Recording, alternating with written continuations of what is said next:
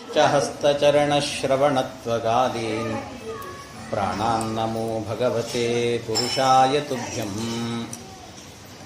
भवदवोष्णेन तातप्यमानान् भुवि परं नाथमप्रेक्षमाणान् भुवनमान्येन च अन्येन दोष्णा भवतु भीर्मा इति नः सान्त्वयन्तम् प्रणतवान् प्राणिनां प्राणभूतं प्रणतिभिः प्रीणये पूर्णबोधम् तपो विद्या विरक्त्यादि सद्गुणौगाकरानहम् वादिराजगुरून् वन्दे हयग्रीवपदाश्रयान् मूकोऽपि यत्प्रसादेन मुकुन्दशयनायते राजराजायते रिक्तो राघवेन्द्रं तमाश्रये अनवद्यात्मचारित्रं वादिकद्योतभास्करं विद्यामान्यगुरुं वन्दे विद्याविद्योतभास्वरं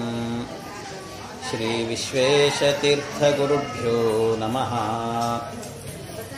जन्माद्यस्य यतोऽन्वयादितरतश्चार्तेष्वभिघ्नस्वराट् तेने ब्रह्महृदाय आदिकवये मुह्यन्ति यं सूरयः तेजो वारिमृदां यथा विनिमयो यत्र त्रिसर्गो मृषा धाम्ना स्वेन सदा निरस्तकुहकं सत्यं परं धीमहि निगमकल्पतरोर्गलितं फलं शुकमुखादमृतद्रवसंयुतं पिबत भागवतं रसमालयं मुहुरहो रसिका भुवि भावुकाः हरिकथामृतसार गुरुಗಳ ಕರುಣದಿಂದಾಪನಿತು ಪೇಳುವೆ ಪರಮ ಭಗವದ್ಭಕ್ತರಿದನಾದರದಿ ಕೇಳುವುದು.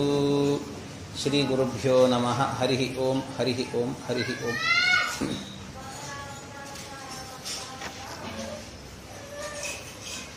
ವಿಶ್ವರೂಪಾಚಾರ್ಯರನ್ನ ತಮ್ಮ ಪೌರೋಹಿತ್ಯಕ್ಕೆ ಬೇಕು ಅಂತ ಕರೆದಿದ್ದಾರೆ. ಬೃಹಸ್ಪತ್ಯಾಚಾರ್ಯರಿಗೆ ಅವಮಾನ ಮಾಡಿದರು. ಬ್ರಾಹ್ಮಣರಿಗೆ ಅವಮಾನವನ್ನು ಮಾಡಬಾರದು.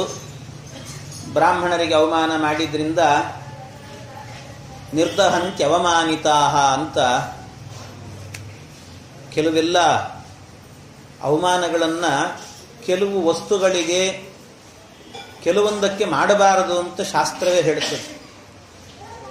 ಗ್ರಹ ಗಾವೋ ನರೇಂದ್ರಶ್ಚ ಬ್ರಾಹ್ಮಣಶ್ಚ ವಿಶೇಷತಃ ಪೂಜಿತಾ ಪೂಜಯಿಷ್ಯಂತಿ ನಿರ್ದಹಂತ್ಯವಮಾನಿತಾಹ ಅಂತ. ಗ್ರಹಗಳಿಗೆ ಅವಮಾನವನ್ನು ಮಾಡಬಾರದು. ಯಾವುದೋ ಗ್ರಹ ಆ ಗ್ರಹಗಳ ತಗೊಂಡೇನು ಮಾಡ್ತೀರಿ, ನೀವು ಚೆನ್ನಾಗಿರ್ರಿ ಸಾಕು ಅಂಥೇಳಿ ಗ್ರಹಗಳಿಗೆ ಅವಮಾನ ಮಾಡೋದು, ಕಾಲಕಾಲಕ್ಕೆ ಆ ಗ್ರಹಗಳಿಗೆ ಮಾಡಬೇಕಾದಂಥ ಆಹುತಿ ಸಂಧಿಕಾಲ ಇತ್ಯಾದಿಗಳಲ್ಲಿ ಸಂಧಿಶಾಂತಿ ಮೊದಲಾದ ಶಾಂತಿಗಳನ್ನು ಮಾಡದೇ ಇರೋದು, ಗ್ರಹಗಳಿಗೆ ಅವಮಾನ ಮಾಡುವಂತಹದ್ದನ್ನೆಲ್ಲ ಮಾಡಬಾರದು. ಗಾವಹ ಹಸುಗಳಿಗೆ ಆಕಳುಗಳಿಗೆ ಅವಮಾನವನ್ನು ಮಾಡಬಾರದು. ಎಲ್ಲ 33 ಕೋಟಿ ದೇವತೆಗಳ ಸನ್ನಿಧಾನ ಇರುತ್ತದೆ. ನರೇಂದ್ರಶ್ಚ ಯಾರು ರಾಜ ಅಂತ ಕರೆಸಿಕೊಂಡಿರ್ತಾನೆ ಅವನಿಗೂ ಅವಮಾನ ಮಾಡಬಾರದಂತೆ. ಯಾಕೆಂದ್ರೆ ಅವನ ಆಳ್ವಿಕೆಯಲ್ಲಿ ನಾವು ಬದುಕಬೇಕು. ಆದ್ದರಿಂದ ಬ್ರಾಹ್ಮಣಶ್ಚ ವಿಶೇಷತಃ ಬ್ರಾಹ್ಮಣರಿಗೂ ಕೂಡ ವಿಶೇಷವಾಗಿ ಅವಮಾನ ಮಾಡಬಾರದು.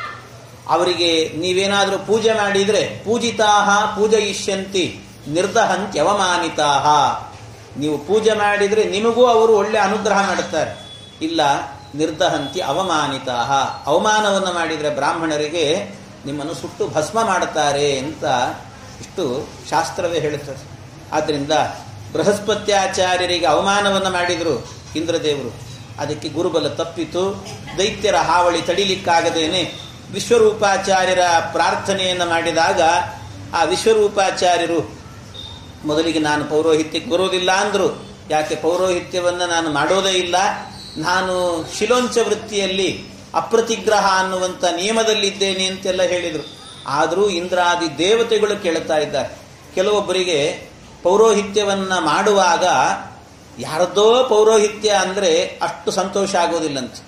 ಯಾರಾದರೂ ತಿಳಿದ ವ್ಯಕ್ತಿಗಳಿರ್ತಾರಲ್ಲ, ತಿಳಿದವರು ಜೊತೆಗೆ ಕೂತುಕೊಂಡೇನೋ ಮಂತ್ರಗಳನ್ನು ಹೇಳೋದು, ಅವ್ರ ಜೊತೆಗೆ ಹೋಮ ಹವನಗಳನ್ನು ಮಾಡೋದು ಅಂತ ಆದರೆ ಆನಂದ ಆಗ್ತಿರ್ತದೆ. ಯಾಕೆಂದ್ರೆ ಒಬ್ಬ ತಿಳಿದ ವ್ಯಕ್ತಿ ಇದ್ದಾನೆ, ಆದ್ರಿಂದ ತಿಳಿದ ವ್ಯಕ್ತಿಯ ಎದುರಲ್ಲಿ ನಾನೂ ಒಂದೆರಡು ಮಾತುಗಳನ್ನು ಹೇಳಿದಾಗ ನನ್ನ ಮಾತುಗಳನ್ನು ವಿದ್ವಾನೇವ ವಿಜಾನಾತಿ ವಿದ್ವಜ್ಜನ ಪರಿಶ್ರಮಂ ಅಂತ ವಿದ್ವಾಂಸ ಮಾತ್ರ ಅರ್ಥ ಮಾಡಿಕೊಳ್ತಾನೆ. ಆ ವಿದ್ವಾಂಸನ ಪರಿಶ್ರಮ ಏನು ಅಂತ ಯಾರಿಗೋ ಹೇಳಿದ್ರೆ ಏನು ಅರ್ಥ ಆಗ್ತದೆ. ಆದ್ರಿಂದ ಒಂದು ಬಾರಿ ಯಾವುದೋ ಒಂದು ಶ್ಲೋಕವನ್ನು ಹೇಳಿ ಅದಕ್ಕೆ ವ್ಯಾಖ್ಯಾನ ಮಾಡಿ ಹೀಗರ್ಥ ಅಂತ ತಿಳಿದು ಅನುಸಂಧಾನ ಪೂರ್ವಕವಾಗಿ ಆಹುತಿಯನ್ನು ಹಾಕುವಾಗ ಆಗುವ ಆನಂದ ಬರೀ ಸ್ವಾಹ ಅಂತ ಹೇಳುವಾಗ ಆಗೋದಿಲ್ಲ ಅಂತ. ಆದ್ರಿಂದ ಅದು ದೊಡ್ಡವರ ಜೊತೆಗೆ ಸೇರಿದಾಗ ಅದು ಆಗ್ತದೆ ಅಂತ ಹೇಳುತ್ತಾರೆ. ಹಾಗೆ ಇಂದ್ರಾದಿ ದೇವತೆಗಳು ಪ್ರಾರ್ಥನೆ ಮಾಡಿದ್ದಾರೆ, ಆದ್ರಿಂದ ಅವರ ಜೊತೆಗೆ ಹೋಮವನ್ನು ಮಾಡೋದು ಅಂದರೆ ಬಹಳ ಸಂತೋಷಕರವಾದಂಥ ಕೆಲಸ ಇದು ಅಂತ. ಆಗ ವಿಶ್ವರೂಪಾಚಾರ್ಯರು ಬಂದರು.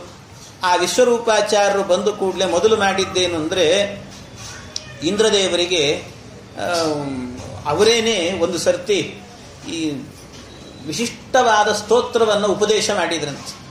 ಅದೇ ನಾರಾಯಣ ವರ್ಮ ಅಂತ. ನಾರಾಯಣ ವರ್ಮ ಅಂತ ಹೇಳಿದರೆ, ವರ್ಮ ಅಂದರೆ ನಿನ್ನೆ ಹೇಳಿದಂತೆ ಕವಚ, ನಾರಾಯಣ ಅಂದರೆ ಭಗವಂತನ ನಾಮ, ನಾರಾಯಣನೇ ವರ್ಮ.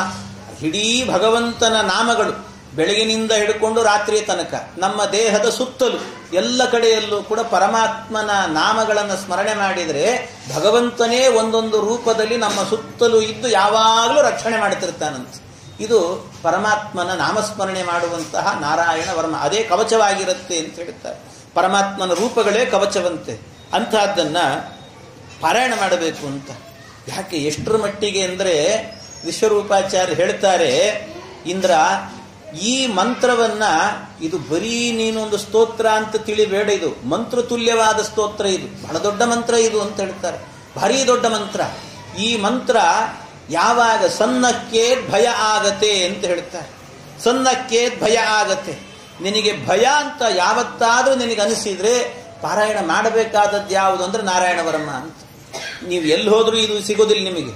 ಯಾರ ಹತ್ರ, ಯಾರ ಬಳಿಯಲ್ಲಿ ಹೋದರೂ ಕೂಡ ನಿಮಗೆ ಏನೋ ಆ ರೋಗ ಈ ರೋಗ ಅಂತ ಹೇಳಿ ವೈದ್ಯರ ಬಳಿಗೆ ಹೋದರೂ ಕೂಡ ಸಿಗುವಂತಹದ್ದೇನು ಅಂದ್ರೆ ಮಾತ್ರೆ ಸಿಗುತ್ತೆ, ಆ ರೋಗಕ್ಕೆ ಚಿಕಿತ್ಸೆ ಸಿಗುತ್ತದೆ.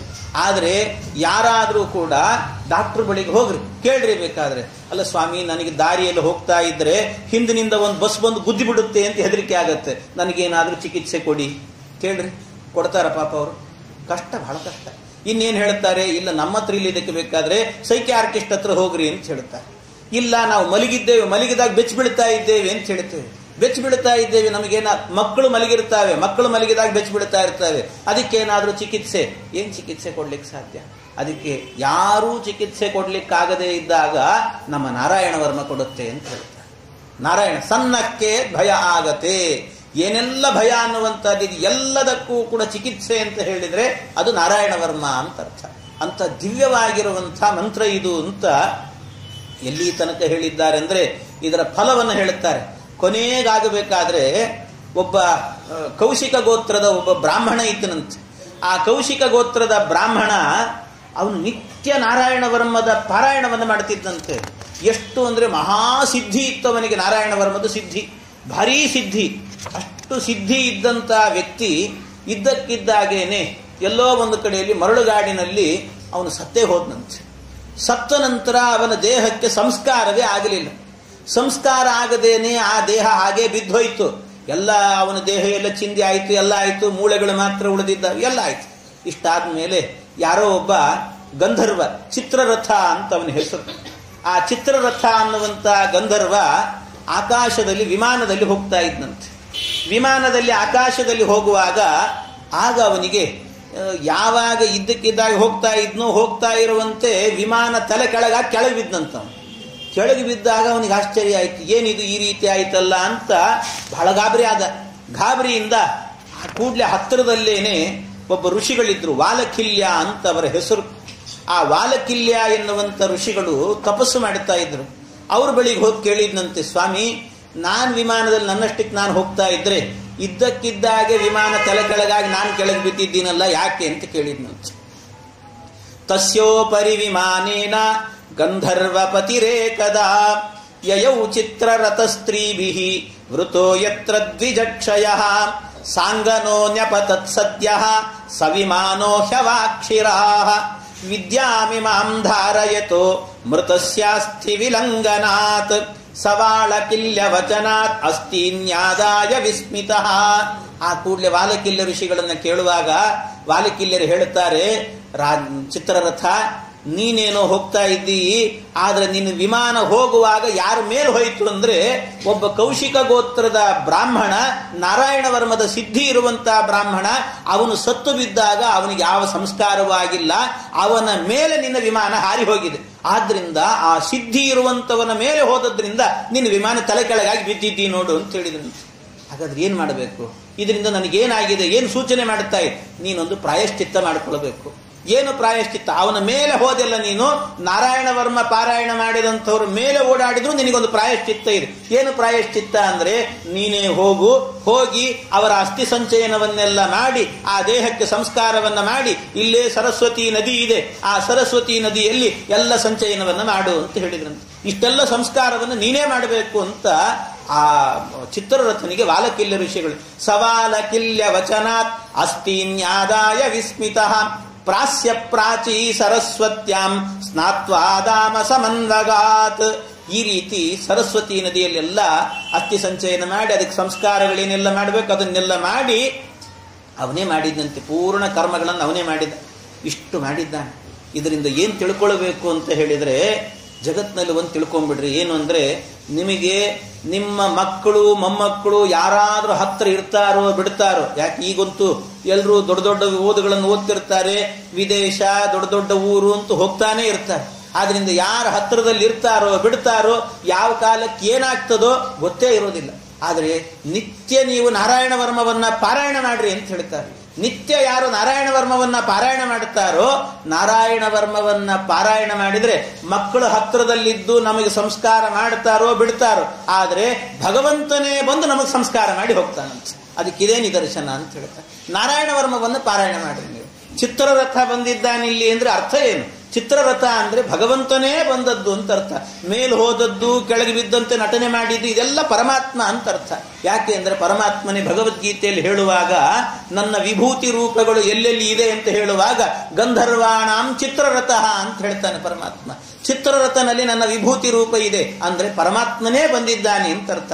ಆದ್ರಿಂದ ಮಕ್ಕಳು ಮಾಡಿದರೂ ಕೂಡ ಸಂಸ್ಕಾರವನ್ನ ಕ್ರಮಬದ್ಧವಾಗಿ ಮಾಡ್ತಾರೋ ಬಿಡ್ತಾರೋ ಗೊತ್ತಿಲ್ಲ, ಆದ್ರೆ ಪರಮಾತ್ಮನಂತೂ ಚಾಚೂ ತಪ್ಪದೆ ಎಲ್ಲ ಕರ್ಮಗಳನ್ನು ಮಾಡ್ತಾನೆ. ಆದ್ರಿಂದ ನಾರಾಯಣ ವರ್ಮವನ್ನ ಪಾರಾಯಣ ಮಾಡಿದ್ರೆ ಮಕ್ಕಳು ಮಾಡದೇ ಇದ್ದ ಸಂಸ್ಕಾರವನ್ನು ಪರಮಾತ್ಮ ಮಾಡ್ತಾನೆ. ಇಲ್ಲ ನಾವು ಮಾಡಿದ್ರೆ ಮಕ್ಕಳೇ ಹತ್ರದಲ್ಲಿದ್ರೆ ಮಕ್ಕಳಿಂದ ಇನ್ನೂ ವಿಶೇಷವಾಗಿ ಮಾಡಿಸ್ತಾನೆ. ಆದ್ರಿಂದ ಈ ರೀತಿಯಲ್ಲಿ ಆ ಒಂದು ವಿಶೇಷವಾದಂಥ ಮಂತ್ರ ಇದು. ಆ ಮಂತ್ರವನ್ನು ಉಪದೇಶ ಪಡ್ಕೋ ನೀನು ಅಂತ ಆ ಉಪದೇಶವನ್ನು ಮಾಡಿದ್ರಂತೆ. ಉಪದೇಶವನ್ನ ಮಾಡಿ ಹೇಳ್ತಾರೆ, ಹೇಗೆ ಇದನ್ನ ಪಾರಾಯಣ ಮಾಡಬೇಕು ಹೇಗೆ ಅಂತ ಕೇಳಿದ್ರೆ, ಪಾರಾಯಣ ಮಾಡಲಿಕ್ಕೆಲ್ಲ ಒಂದು ಕ್ರಮ ಇದೆ ಅಂತ. ಈ ನಾರಾಯಣ ವರ್ಮವನ್ನು ಪಾರಾಯಣ ಮಾಡಬೇಕಾದ್ರೆ ಬಹಳ ಕ್ರಮ ಹೇಳಿದ್ದಾರೆ. ಅದಕ್ಕೆ ಬಹಳ ನಿಷ್ಠಾವಂತರಾಗಿ ಅದರ ಪಾರಾಯಣವನ್ನು ಮಾಡಬೇಕು ಅಂತ. ಹಾಗೆ ದೌತಾಂಗ್ರಿಪಾಣಿ ರಾಚಮ್ಯ ಸಪವಿತ್ರ ಉದಂಗುಖ ಕೃತಸ್ವಾಂಗಕರನ್ಯಾಸ ಮಂತ್ರಾಭ್ಯಾಂ ವಾಗ್ಯತ ಶುಚಿ. ಎಷ್ಟು ಶುದ್ಧವಾಗಿರ್ಬೇಕು. ಧೌತಾಂಗ್ರಿ ಪಾಣಿ ರಾಚಮ್ಯ, ಒಳ್ಳೆ ಧೌತಾಂಗ್ರಿ ಪಾಣಿ ರಾಚಮ್ಯ. ಇದು ಹೇಗೆ ಮಾಡಬೇಕು ಅಂದ್ರೆ, ಧೌತ ಶುದ್ಧರಾಗಬೇಕು. ಮೊದಲು ಶುದ್ಧರಾಗಬೇಕು. ಶುದ್ಧರಾಗಿ ಮಾಡಬೇಕಾದಂಥ ಕೆಲಸ ಏನು ಅಂದ್ರೆ, ಮೊದಲು ಆಚಮ್ಯ ಅಂತ ಹೇಳ್ತಾರೆ. ಆಚಮ್ಯ ಹೇಗೆ ಆಚಮನ, ಅದನ್ನು ಕೂಡ ಸಪವಿತ್ರ ಉದಂಗುಖ, ಉತ್ತರ ದಿಕ್ಕಿಗೆ ಕೂತುಕೊಂಡು ವಿಶೇಷವಾಗಿ ಆಚಮನ ಮಾಡ್ರಿ ಅಂತಾರೆ. ಆಚಮನ ಮಾಡಬೇಕಾದ್ರೆ ಸಪವಿತ್ರ ಉದಂಗುಖ ಸಪವಿತ್ರ ಪಾಣಿ, ಪವಿತ್ರ ಇರಬೇಕಂತೆ ಕೈಯಲ್ಲಿ, ಪವಿತ್ರವನ್ನ ಹಾಕಿಕೊಂಡು ಮಾಡಬೇಕು ಅಂತ. ಕೃತಸ್ವಾಂಗಕರನ್ಯಾಸ ಮಂತ್ರಾಭ್ಯಾಂ ವಾಗ್ಯತ ಶುಚಿ. ಆಮೇಲೆ ಏನು ಮಾಡಬೇಕು ಅಂದ್ರೆ ಅಂಗಕರನ್ಯಾಸ ಅಂತ ಹೇಳಿದ್ರು. ಅಂಗಕರನ್ಯಾಸ, ಅಂಗನ್ಯಾಸ ಕರನ್ಯಾಸ ಅಂತ ಎರಡು ನ್ಯಾಸಗಳನ್ನ ಮಾಡಬೇಕಂತೆ. ಯಾವುದರಿಂದ ಮಾಡಬೇಕು ಅಂದ್ರೆ ಮಂತ್ರಾಭ್ಯಾಂ ವಾಗ್ಯತ ಶುಚಿ. ಮಂತ್ರಾಭ್ಯಾಂ ಎರಡು ಮಂತ್ರಗಳಿಂದ ಮಾಡ್ರಿ ಅಂತ. ಅದನ್ನು ಕೂಡ ಎರಡು ಮಂತ್ರಗಳಿಂದ ಮಾಡಬೇಕಾದ್ರೆ ಹೇಗಿರಬೇಕು? ವಾಗ್ಯತ ಶುಚಿ, ವಾಗ್ಯತಃ ಅಂತ. ವಾಗ್ಯತಃ ಅಂತ ಹೇಳಿದ್ರೆ ಮೌನವಾಗಿರಬೇಕು ಅಂತ ಅರ್ಥ. ಮೌನವಾಗಿರಬೇಕು ಅಂತ. ಮೌನವಾಗಿರಬೇಕು ಅಂದ್ರೆ ಏನರ್ಥ? ಯಾರ್ಯಾರೋ ಬರ್ತಿರ್ತಾರೆ, ಮಾಡ್ತಿರ್ತಾರೆ, ಪಾರಾಯಣಕ್ಕೆ ಅಂತ ಕೂತಿರ್ತೇವೆ. ಕೂತಾಗ ಏನೋ ಯಾರೋ ಬಂದು ಕೂಡ ಬರ್ರಿ ಸ್ವಾಮಿ ಏನು ಹಾಗೆ ಎಲ್ಲ ಮಾತಾಡೋದು, ಮತ್ತೆ ಎಲ್ಲಿಗೆ ನಿಲ್ಲಿಸಿದ್ದೆ ಅಂತ ಮತ್ತೆ ಶುರು ಮಾಡೋದು. ಹೀಗಾಗಬಾರದು. ವಾಗ್ಯತಃ ಅಂತ ಹೇಳ್ತಾರೆ. ವಾಗ್ಯತಃ ಅಂತ ವಾಗ್ಯತಃ ಅಂದರೆ ಯಾರ್ಯಾರೋ ಬಂದು ಕೂಡಲೇ ಮಾತಾಡ್ಲಿಕ್ಕೆ ಶುರು ಮಾಡೋದು, ಹೀಗೆಲ್ಲ ಮಾಡಬೇಡ್ರಿ ಅಂತ. ಇದಕ್ಕಿನ್ನೂ ವಿಶೇಷವಾಗಿ ಸತ್ಯಧರ್ಮ ತೀರ್ಥರು ಬರೀತಾರೆ. ಸತ್ಯಧರ್ಮ ತೀರ್ಥರು ಹೇಳ್ತಾರೆ, ವಾಗ್ಯತಃ ಅಂತ ಹೇಳಿದ್ರೆ ಅರ್ಥ ಏನು ಅಂದ್ರೆ ಅಸಂಭಾಷ್ಯ ಅಭಾಷಣಂ ಅಂತ ಹೇಳ್ತಾರೆ. ಅಸಂಭಾಷ್ಯ ಅಸಂಭಾಷಣಂ ಅಂತ. ಅಸಂಭಾಷ್ಯ ಅಸಂಭಾಷಣಂ ವಾಗ್ಯತಃ ಇತ್ಯಸ್ಯ ಅಸಂಭಾಷ್ಯ ಅಸಂಭಾಷಣಂ ಅಂತ ಅರ್ಥ ಅಂತ ಹೇಳ್ತಾರೆ. ಏನರ್ಥ ಅಂದ್ರೆ ಅಸಂಭಾಷ್ಯ ಅಸಂಭಾಷಣಂ ಅಂದ್ರೆ ಆಡಬಾರದ ಮಾತುಗಳನ್ನು ಆಡಬಾರದು ಅಂತ. ಏನಾದ್ರೂ ದೇವತಾ ವಿಚಾರಗಳಿದ್ರೆ ಮಾಡಿರ್ಬೇಕಾರೆ ಪರವಾಗಿಲ್ಲ, ಆದ್ರೆ ಆಡಬಾರದ ಮಾತುಗಳನ್ನು ಆಡಬಾರದು. ಮತ್ತಷ್ಟೇ ಅಲ್ಲ, ಅಸಂಭಾಷ್ಯ ಅಸಂಭಾಷಣಂ ಅಂದ್ರೆ ಮಾತನಾಡಬಾರದವರ ಜೊತೆಗೆ ಮಾತನಾಡಬಾರದು ಅಂತ ಅರ್ಥ. ಯಾರೋ ಸ್ವಾಮಿಗಳು ಬಂದಿರ್ತಾರೆ, ದೊಡ್ಡ ಸ್ವಾಮಿಗಳು ಬಂದಿರ್ತಾರೆ. ದೊಡ್ಡ ಸ್ವಾಮಿಗಳು ಬಂದಾಗ ನಾರಾಯಣ ವರ್ಮ ಪಾರಾಯಣಕ್ಕೆ ಕೂತಿರ್ತೇವೆ. ನಾರಾಯಣ ವರ್ಮ ಪಾರಾಯಣಕ್ಕೆ ಕೂತಾಗ ಅವರು ಪಾಪ ಬಂದು ಮಾತಾಡ್ತಾರೆ, ಏನು ಆಚಾರ್ಯ ಹಾಗಿದ್ದೀರಿ ಏನು ಅಂತ ಸ್ವಾಮಿಗಳು ಕೇಳಿದ್ರೆ ಮಾತಾಡಲ್ಲ. ಯಾಕೆ? ವಾಗ್ಯತ ಶುಚಿ ಹೇಳಿದ್ದಾರೆ, ಮೌನವಾಗಿರಬೇಕು ಅಂತೇಳಿ. ಸ್ವಾಮಿಗಳು ಕೇಳಿದ್ರು ಮಾತಾಡಲ್ಲ. ಹೀಗೆಲ್ಲ ಮಾಡ್ಲಿಕ್ಕೆ ಹೋಗಬಾರದು. ಅದು ಅಸಂಭಾಷ್ಯ. ಯಾರ ಜೊತೆಗೆ ಮಾತಾಡಬಾರದು? ಸಾಮಾನ್ಯ ವ್ಯಕ್ತಿಗಳ ಜೊತೆಗೆ. ಯಾರಾದರೂ ಜ್ಞಾನಿಗಳು ಬಂದಿದ್ದಾರೆ, ದೊಡ್ಡವರು ಮಹಾತ್ಮರು ಬಂದಿದ್ದಾರೆ ಅಂತ ಆದ್ರೆ ಅವ್ರ ಜೊತೆ ಮಾತಾಡಬಹುದು ಅಂತ. ಇದೆಲ್ಲ ಸತ್ಯಧರ್ಮ ತೀರ್ಥರ ಸೂಕ್ಷ್ಮತೆ ನೋಡಿ. ಅದ್ಭುತವಾದಂಥ ವ್ಯಾಖ್ಯಾನಕಾರರು ಸತ್ಯಧರ್ಮ ತೀರ್ಥರು ಅಂದ್ರೆ. ಹಾಗೆ ಆ ವಾಗ್ಯತಃ ಶುಚಿ ಅಂತ ಹೇಳ್ತಾರೆ. ವಾಗ್ಯತಃ ಅದನ್ನು ಮಾತನಾಡಬೇಕು. ಇನ್ನು ಕೆಲವರು ಇರ್ತಾರೆ ಮಾತಾಡಬಾರದು ಅಂತಂದ್ರೆ ಅವ್ರು ಹೇಗೆ ಮಾತಾಡಬಾರದು ಅಂತ ಇರ್ತಾರೆ. ಆದರೆ ಮಾತಿಗಿಂತಲೂ ಕೂಡ ಸನ್ನೆ ಮಾಡೋದು ಜಾಸ್ತಿ ಆಗಿರ್ತದೆ. ಅವರು ಕೈ ಮಾಡೋದು ಅದೇನೋ ಬೇಕಿರ್ತದೆ ಅವರಿಗೆ, ಬೇಕಿದ್ದಾಗ ಹೀಗಂತಿರೋದು, ಅಲ್ಲಿದೆ ನೋಡು ಇಲ್ಲಿದೆ ನೋಡು ಅಂತ ಹೇಳೋದು, ಕೈಯಲ್ಲೇ ತೋರಿಸ್ತಿರೋದು. ಬೇಡ ಅಂದ್ರೆ ಮಾತಾದ್ರೂ ಆಡಿದ್ರೆ ಪರವಾಗಿಲ್ಲ, ಒಂದೇ ಮಾತಲ್ಲಿ ಮುಗಿದು ಹೋಗ್ತಿತ್ತು. ಈ ಸನ್ನೆ ಮಾಡೋದು ನೋಡಿದ್ರೆ ಮಾತಿಗಿಂತ ಜಾಸ್ತಿ ಆಗಿರ್ತದೆ. ಆ ರೀತಿ ಮಾಡ್ತಿರ್ತಾರೆ. ಹಾಗಾಗಿ ವಾಗ್ಯ ಇದೆಲ್ಲವೂ ಕೂಡ ಸೇರ್ತದಂತೆ. ಇದು ಯಾವುದನ್ನು ಕೂಡ ಮಾಡಬಾರದು ಅಂತ. ವಾಗ್ಯತ ಶುಚಿ ಅಂತ, ಶುಚಿಯಾಗಿ ಕೂತುಕೊಂಡು ವಾಗ್ಯತಃ ಮೌನವಾಗಿದ್ದುಕೊಂಡು ಇದನ್ನ ಅಂಗನ್ಯಾಸ ಕರನ್ಯಾಸಾದಿಗಳನ್ನು ಮಾಡಿಕೊಂಡು ಇದರ ಪಾರಾಯಣವನ್ನ ಮಾಡಬೇಕು ಅಂತ. ಯಾವುದರಿಂದ ಅಂಗನ್ಯಾಸವನ್ನ ಕರನ್ಯಾಸವನ್ನ ಮಾಡಬೇಕು? ಮಂತ್ರಾಭ್ಯಾಂ ಅಂತ ದ್ವಿವಚನ ಹೇಳಿಬಿಟ್ರು. 2 ಮಂತ್ರಗಳಿಂದ ಅಂತ ಹೇಳಿದರು. ಯಾವ ಮಂತ್ರ ಅಂತ ಹೇಳಲಿಲ್ಲ, ಮಂತ್ರಾಭ್ಯಾಮ್. ಆದ್ರೆ ಮುಂದೆ ನೋಡಿದಾಗ ಯಾವ ಮಂತ್ರ ಹೇಳಿದ್ದಾರೆ ಅಂತ ನಮಗೆ ಗೊತ್ತಾಗ್ತದೆ. 2 ಮಂತ್ರಗಳು ಅಂತ ಹೇಳಿದ್ರೆ, ಒಂದು ನಾರಾಯಣ ಅಷ್ಟಾಕ್ಷರಿ ಮಂತ್ರ, ಇನ್ನೊಂದು ವಾಸುದೇವ ದ್ವಾದಶಾಕ್ಷರಿ ಮಂತ್ರ ಅಂತ ಅರ್ಥ. ಈ 2 ಮಂತ್ರಗಳಿಂದಲೂ ಕೂಡ ಅಂಗನ್ಯಾಸ ಕರನ್ಯಾಸಗಳನ್ನು ಮಾಡಿಕೊಳ್ಳಬೇಕು ಅಂತ. ನಾರಾಯಣಮಯಂ ವರ್ಮ ಸನ್ನಕ್ಕೇದ್ಭಯ ಆಗತೆ ದೈವಭೂತಾತ್ಮಕರ್ಮಭ್ಯೋ ನಾರಾಯಣಮಯ ಪುಮಾನ್. ಈ ಪರಮಾತ್ಮನ ನಾಮಗಳನ್ನ ಇಡೀ ದೇಹದಲ್ಲಿ ಎಲ್ಲ ಕಡೆಯಲ್ಲಿ ವ್ಯಾಪಿಸುವಂತೆ ಚಿಂತನೆ ಮಾಡಬೇಕಂತೆ. ಹಾಗೆ ಮಂತ್ರಾಭ್ಯಾಮ್ ಅಂತ ಹೇಳಿದ್ದಾರೆ. ಕರನ್ಯಾಸ ಮಾಡಿಕೊಳ್ಳಬೇಕು, ಅಂಗನ್ಯಾಸ ಕರನ್ಯಾಸ. ಮೊದಲು ಅಂಗನ್ಯಾಸವನ್ನು ಹೇಗೆ ಮಾಡಬೇಕು ಅಂದ್ರೆ ನಾರಾಯಣ ಅಷ್ಟಾಕ್ಷರಿ ಮಂತ್ರದಿಂದ ಮಾಡಬೇಕು. ಎಷ್ಟು ನಾರಾಯಣ ಅಷ್ಟಾಕ್ಷರಿಯಲ್ಲಿ ಆ ಮಂತ್ರದ ಶಬ್ದ ಹೇಳುವಂತೆ ಅಷ್ಟಾಕ್ಷರಿ ಅಂತ ಹೇಳಿದ್ದಾರೆ. ಅಷ್ಟಾಕ್ಷರಿ ಅಂದ್ರೆ 8 ಅಕ್ಷರ ಅಂತ. 8 ಅಕ್ಷರದಿಂದಾಗಿ ನ್ಯಾಸವನ್ನು ಮಾಡಿಕೊಳ್ಬೇಕು. 8 ಅಕ್ಷರದಿಂದ ನ್ಯಾಸ ಮಾಡಬೇಕು ಅಂದ್ರೆ 8 ಅವಯವಗಳನ್ನು ಮುಟ್ಟಬೇಕು ಅಂತ ಅರ್ಥ. 8 ಅಂಗಾಂಗಗಳನ್ನು ಮುಟ್ಟಬೇಕು. ಯಾವುದ್ಯಾವುದನ್ನು ಮುಟ್ಟಬೇಕು? ನಾರಾಯಣ ಅಷ್ಟಾಕ್ಷರಿಯ ಒಂದೊಂದು. ಅದು ನಾರಾಯಣ ಅಷ್ಟಾಕ್ಷರಿ ಅಂತ ಹೇಳಿದ್ರೆ ಓಂ ನಮೋ ನಾರಾಯಣಾಯ, ಓಂ ಅಷ್ಟೇ. ಅದು ಓಂ ಅನ್ನೋದು ಕೊನೆಗಿರೋದು ಮತ್ತೊಂದು ಮಂತ್ರದಲ್ಲಿ ಸೇರೋದಿಲ್ಲ. ಓಂ ನಮೋ ನಾರಾಯಣಾಯ ಅಂತ ಹೇಳುತ್ತೆ. ಇಷ್ಟು ಹೇಳಿದ್ರೆ ಸಾಕು. ಇದು ಮಾತ್ರ 8 ಅಕ್ಷರ. ಓಂ ನಮೋ ನಾರಾಯಣಾಯ ಇಷ್ಟಾಯ್ತು, 8 ಅಕ್ಷರ. ಹೀಗೆ ಆಮೇಲೆ ಕೊನೆಯಲ್ಲಿ ಆದಿಯಲ್ಲಿ ಅದು ಮಂತ್ರದಲ್ಲಿ ಓಂಕಾರವನ್ನು ಹಾಕುವಂತಹದ್ದು ಸಂಪುಟೀಕರಣ ಅಂತ ಮಾಡಿ. ಓಂ ಓಂ ನಮೋ ನಾರಾಯಣಾಯ ಓಂ ಅಂತ ಹೇಳುತ್ತೆ. ಅದು ಸಂಪುಟೀಕರಣಕ್ಕೋಸ್ಕರ. ಆರಂಭದ ಓಂಕಾರ ಎನ್ನುವುದು ಪುಣ್ಯ ಬರಲಿ ಅಂತ, ಕೊನೆಯ ಓಂಕಾರ ಎನ್ನುವುದು ಬಂದ ಪುಣ್ಯ ಹೋಗಬಾರದು ಅಂತ. ಈ ರೀತಿಯ ಕ್ರಮದಲ್ಲಿ ಆ ಓಂಕಾರವನ್ನು ಹಾಕುವಂತಹದ್ದು. ಹೀಗೆ ಮಾಡು. ಅದನ್ನು 8 ಅಕ್ಷರಗಳಿದೆಯಲ್ಲ, ಆ 8 ಅಕ್ಷರಗಳಿಂದಾಗಿ ಅಂಗನ್ಯಾಸವನ್ನ ಮಾಡಬೇಕು ಅಂದ್ರೆ 8 ಅಕ್ಷರದ ಅಂಗನ್ಯಾಸ ಎಲ್ಲೆಲ್ಲಿ ಮುಟ್ಟಬೇಕು ಅದನ್ನು ಹೇಳಿದ್ದಾರೆ. ಪಾದಯೋರ್ಜಾನು ನೋರೂರ್ವೋ ಉದರೇ ಹೃದಯತೋರಸಿ ಮುಖೇ ಶಿರಸ್ಯಾನುಪೂರ್ವ್ಯಾತ್ ಓಂಕಾರಾದೀನಿ ವಿನ್ಯಸೇತ್. ಅವರೇ ಹೇಳಿಬಿಟ್ರು ಓಂಕಾರಾದೀನಿ, ಓಂಕಾರದಿಂದ ಆರಂಭ ಮಾಡಿಕೊಳ್ಳ್ರಿ ಅಂತ ಹೇಳ್ತಾರೆ. ಎಲ್ಲೆಲ್ಲಿ ಮುಟ್ಟಬೇಕು ಅಂದ್ರೆ ಪಾದಯೋರ್ಜಾನು ನೋರೂರ್ವೋ, ಪಾದಯೋಹೋ ಒಂದು ಪಾದ, ಆಮೇಲೆ ಜಾನು ಅಂದ್ರೆ ಮಂಡಿ ಅಂತ ಅರ್ಥ, ಮೊಣಕಾಲು ಅಂತ. ಊರು ಅಂತ ಹೇಳಿದ್ರೆ ತೊಡೆ, ಆಮೇಲೆ ಉದರೇ ಉದರ ಅಂತ ಹೇಳಿದ್ರೆ ಹೊಟ್ಟೆ ಅಂತ ಅರ್ಥ. ಆಮೇಲೆ ಹೃದಯ ತೋರಸಿ, ಹೃದಯ ಉರಸು, ಉರಸ್ಸು ಮತ್ತೆ 2 ಶಬ್ದಗಳು ಕೂಡ ಹೃದಯ ಅಂತಲೇ ಅರ್ಥ. ಅದರಲ್ಲಿ ಏನ್ ಮಾಡಬೇಕಂತೆ, ಒಂದು ಹೃದಯ ಉರಸ್ಸು ಅಂತ ಹೇಳಿದ್ರೆ ಹೃದಯ ಅಂತ ಹೇಳಿದ್ರೆ ಮನಸ್ಸು ಅಂತ ಅರ್ಥ ಇಟ್ಟುಕೊಳ್ಬೇಕು. ಒಳಗಿರುವ ಮನಸ್ಸನ್ನು ಸ್ಪರ್ಶ ಮಾಡ್ತಾ ಇದ್ದೇನೆ ಅಂತ ಅನ್ಕೊಳ್ಬೇಕು. ಇನ್ನೊಂದು ಹೃದಯ ಅಂದ್ರೆ ಹೃದಯ ಮೇಲ್ಭಾಗದ ದೇಹ ಅಂತ, ಅದನ್ನು ಸ್ಪರ್ಶ ಮಾಡ್ತಾ ಇದ್ದೇನೆ. ಆಮೇಲೆ ಮುಖವನ್ನು ಮುಟ್ಟುಕೊಳ್ಬೇಕು. ಶಿರಸ್ಸಿನಲ್ಲಿ ಮುಟ್ಟುಕೊಳ್ಬೇಕು. ಹೀಗೆ 8 ಅವಯವಗಳನ್ನ ಮುಟ್ಟಿಕೊಂಡು ಅಂಗನ್ಯಾಸವನ್ನ ಪಾದಯೋರ್ ಜಾನುನೋರೂರ್ವೋ ಉದರೇ ಹೃದಯತೋರಸಿ ಮುಖೇ ಶಿರಸ್ಯಾನುಪೂರ್ವ್ಯಾತ್ ಓಂಕಾರಾದೀನಿ ವಿನ್ಯಸೇತ್ ಅಂತ ಇಷ್ಟನ್ನು ಕೂಡ ಮಾಡಬೇಕು ಅಂತ ಹೇಳುತ್ತಾರೆ. ಇಷ್ಟನ್ನ ಯಾವುದರಿಂದ ಮಾಡಬೇಕು? ಓಂ ನಮೋ ನಾರಾಯಣಾಯೇತಿ ವಿಪರ್ಯಯ ಮತಾಪಿವ. ಇದನ್ನ ಓಂ ನಮೋ ನಾರಾಯಣಾಯೇತಿ ವಿಪರ್ಯಯ ಮತಾಪಿವ ಅಂದ್ರು. ಇದೊಂದು ವಿಶೇಷ. ವಿಪರ್ಯಯ ಮತಾಪಿವ ಅಂತಾರೆ. ವಿಪರ್ಯಯ ಮತಾಪಿವ ಅಂದ್ರೆ ಅರ್ಥ ಏನು ಅಂದ್ರೆ, ಓಂ ನಮೋ ನಾರಾಯಣಾಯ ಅನ್ನೋದ್ರಿಂದ ಮೊದಲಿಗೆ ಅಂಗನ್ಯಾಸಗಳನ್ನು ಮಾಡ್ತಾ ಹೋಗಬೇಕು. ಈ ಅಂಗನ್ಯಾಸ ಎನ್ನೋದಿದೆಯಲ್ಲ, ಆ ಅಂಗನ್ಯಾಸದಲ್ಲಾಗಬೇಕಾದ್ರೆ ಬೇರೆ ಬೇರೆ ಕ್ರಮಗಳಿದ್ದಾವೆ. ನ್ಯಾಸದಲ್ಲಿ 3 ವಿಧವಾದಂಥ ನ್ಯಾಸ ಅಂತ ಹೇಳ್ತಾರೆ. 3 ವಿಧವಾದಂಥ ನ್ಯಾಸ ಅಂತ ಹೇಳಿದ್ರೆ, ಒಂದು ಸೃಷ್ಟಿನ್ಯಾಸ, ಲಯನ್ಯಾಸ, ಇನ್ನೊಂದು ಸ್ಥಿತಿನ್ಯಾಸ ಅಂತ 3 ಕ್ರಮಗಳಿದ್ದಾವೆ ಅದರಲ್ಲಿ. ಆ 3 ಕ್ರಮದಲ್ಲಾಗಬೇಕಾದ್ರೆ ಸೃಷ್ಟಿನ್ಯಾಸ ಅಂತ ಹೇಳಿದ್ರೆ ಮೇಲಿಂದ ಕೆಳಗೆ ಮಾಡುವಂತಹದ್ದೇನಿದೆ ಅದನ್ನು ಸೃಷ್ಟಿನ್ಯಾಸ ಅಂತ ಕರೀತಾರೆ. ಅಂದ್ರೆ ಶಿರಸ್ಸು, ಮುಖ, ಎದೆ, ಆಮೇಲೆ ಹೊಟ್ಟೆ, ತೊಡೆ, ಮೊಣಕಾಲು, ಕಾಲು ಅಂತ ಈ ರೀತಿ ಮಾಡೋದನ್ನ ಇದು ಸೃಷ್ಟಿನ್ಯಾಸ, ಮೇಲಿಂದ ಕೆಳಗೆ ಬರುವಂತಹದ್ದು ಅಂತ. ಇನ್ನೊಂದು ಲಯನ್ಯಾಸ ಅಂದ್ರೆ ಕೆಳಗಿಂದ ಮೇಲೆ ಹೋಗುವಂತಹದ್ದು ಅಂತ.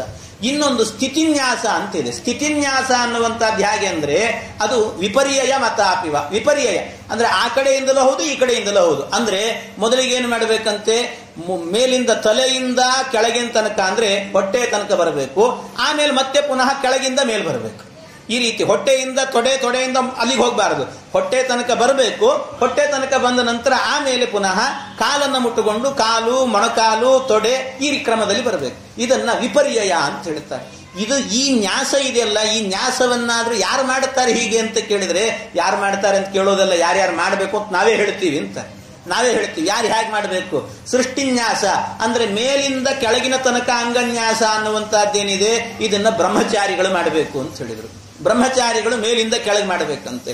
ಇನ್ನು ಲಯನ್ಯಾಸ ಅಂತ ಹೇಳಿದ್ರೆ ಅಂದ್ರೆ ಕೆಳಗಿಂದ ಮೇಲಿನ ತನಕ ಅನ್ನುವಂತಹ ಕ್ರಮವನ್ನು ಯಾರು ಮಾಡಬೇಕು ಅಂದ್ರೆ ಸನ್ಯಾಸಿಗಳು ಮಾಡಬೇಕಂತೆ, ಸನ್ಯಾಸಿಗಳು. ಇನ್ನು ಗೃಹಸ್ಥನಾದವನು ಹೇಗೆ ಮಾಡಬೇಕು ಅಂದ್ರೆ ಅವನು ಮೇಲಿಂದ ಅರ್ಧ, ಕೆಳಗಿಂದ ಅರ್ಧ ಅಂತ. ಹಾಗಾಗಿ ಅವನು ಯಾಕೆ ಅಂದ್ರೆ ಅರ್ಧಾಂಗಿಯಾಗೇ ಇರ್ತಾನಲ್ಲ ಅವನು, ಆದ್ರಿಂದ ಅರ್ಧ ಮಾಡಬೇಕಂತೆ. ಹಾಗೆ ಆ ಕ್ರಮದಲ್ಲಿ ವಿಪರ್ಯಯ ಮತಾಪಿವ ಅಂತ ಹೇಳಿದ್ರು. ವಿಪರ್ಯಯ ಆ ಕಡೆ ಈ ಕಡೆ ಮಾಡಿಕೊಳ್ಳ್ರಿ ಅಂತ ಇಷ್ಟನ್ನ ಮಾಡಬೇಕು. ಇದು ಅಂಗನ್ಯಾಸ ಅಂತ. ಆಮೇಲೆ ಏನು ಮಾಡಬೇಕು, ಕರನ್ಯಾಸವನ್ನ ಮಾಡಬೇಕು. ಅದನ್ನು ಹೇಳ್ತಾರೆ, ಕರನ್ಯಾಸಂ ತತ ಕುರ್ಯಾತ್ ದ್ವಾದಶಾಕ್ಷರ ವಿದ್ಯೆಯ.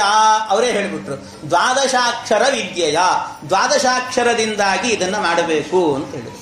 ದ್ವಾದಶಾಕ್ಷರದಿಂದ ಮಾಡಬೇಕು ಅಂತ ಹೇಳಿದ್ರೆ ಹಾಗೆ ದ್ವಾದಶಾಕ್ಷರ ಯಾವುದು ಅಂದ್ರೆ ವಾಸುದೇವ ದ್ವಾದಶಾಕ್ಷರ ಅಂತ. ವಾಸುದೇವ ದ್ವಾದಶಾಕ್ಷರದಿಂದಾಗಿ ಆಮೇಲೆ ಕರನ್ಯಾಸವನ್ನು ಮಾಡಬೇಕು. ಕರನ್ಯಾಸವನ್ನ ಹೇಗೆ ಮಾಡಬೇಕು ಅಂದ್ರೆ ಅದಕ್ಕೂ ಕೂಡ ಪ್ರಣವಾದಿ ಯಕಾರ ಅಂತ.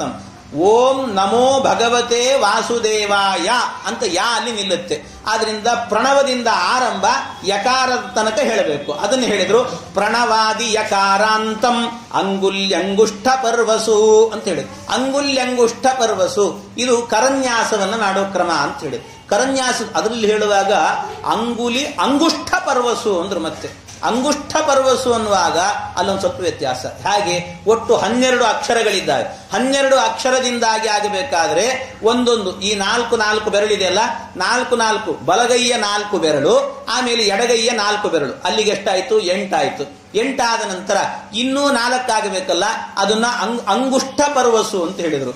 ಅಂಗುಷ್ಠ ಪರ್ವ ಅಂತ ಹೇಳಿದ್ರೆ ಅಂಗುಷ್ಠ ಅಂದ್ರೆ ಹೆಬ್ಬೆರಳಿನ ಮೇಲ್ಭಾಗ, ಆಮೇಲೆ ಅದರ ಪರ್ವ ಅಂದ್ರೆ ಮಧ್ಯದ ಭಾಗ, ಮಧ್ಯದ ಗೀಟ್ ಇರುತ್ತಲ್ಲ ಆ ಭಾಗ.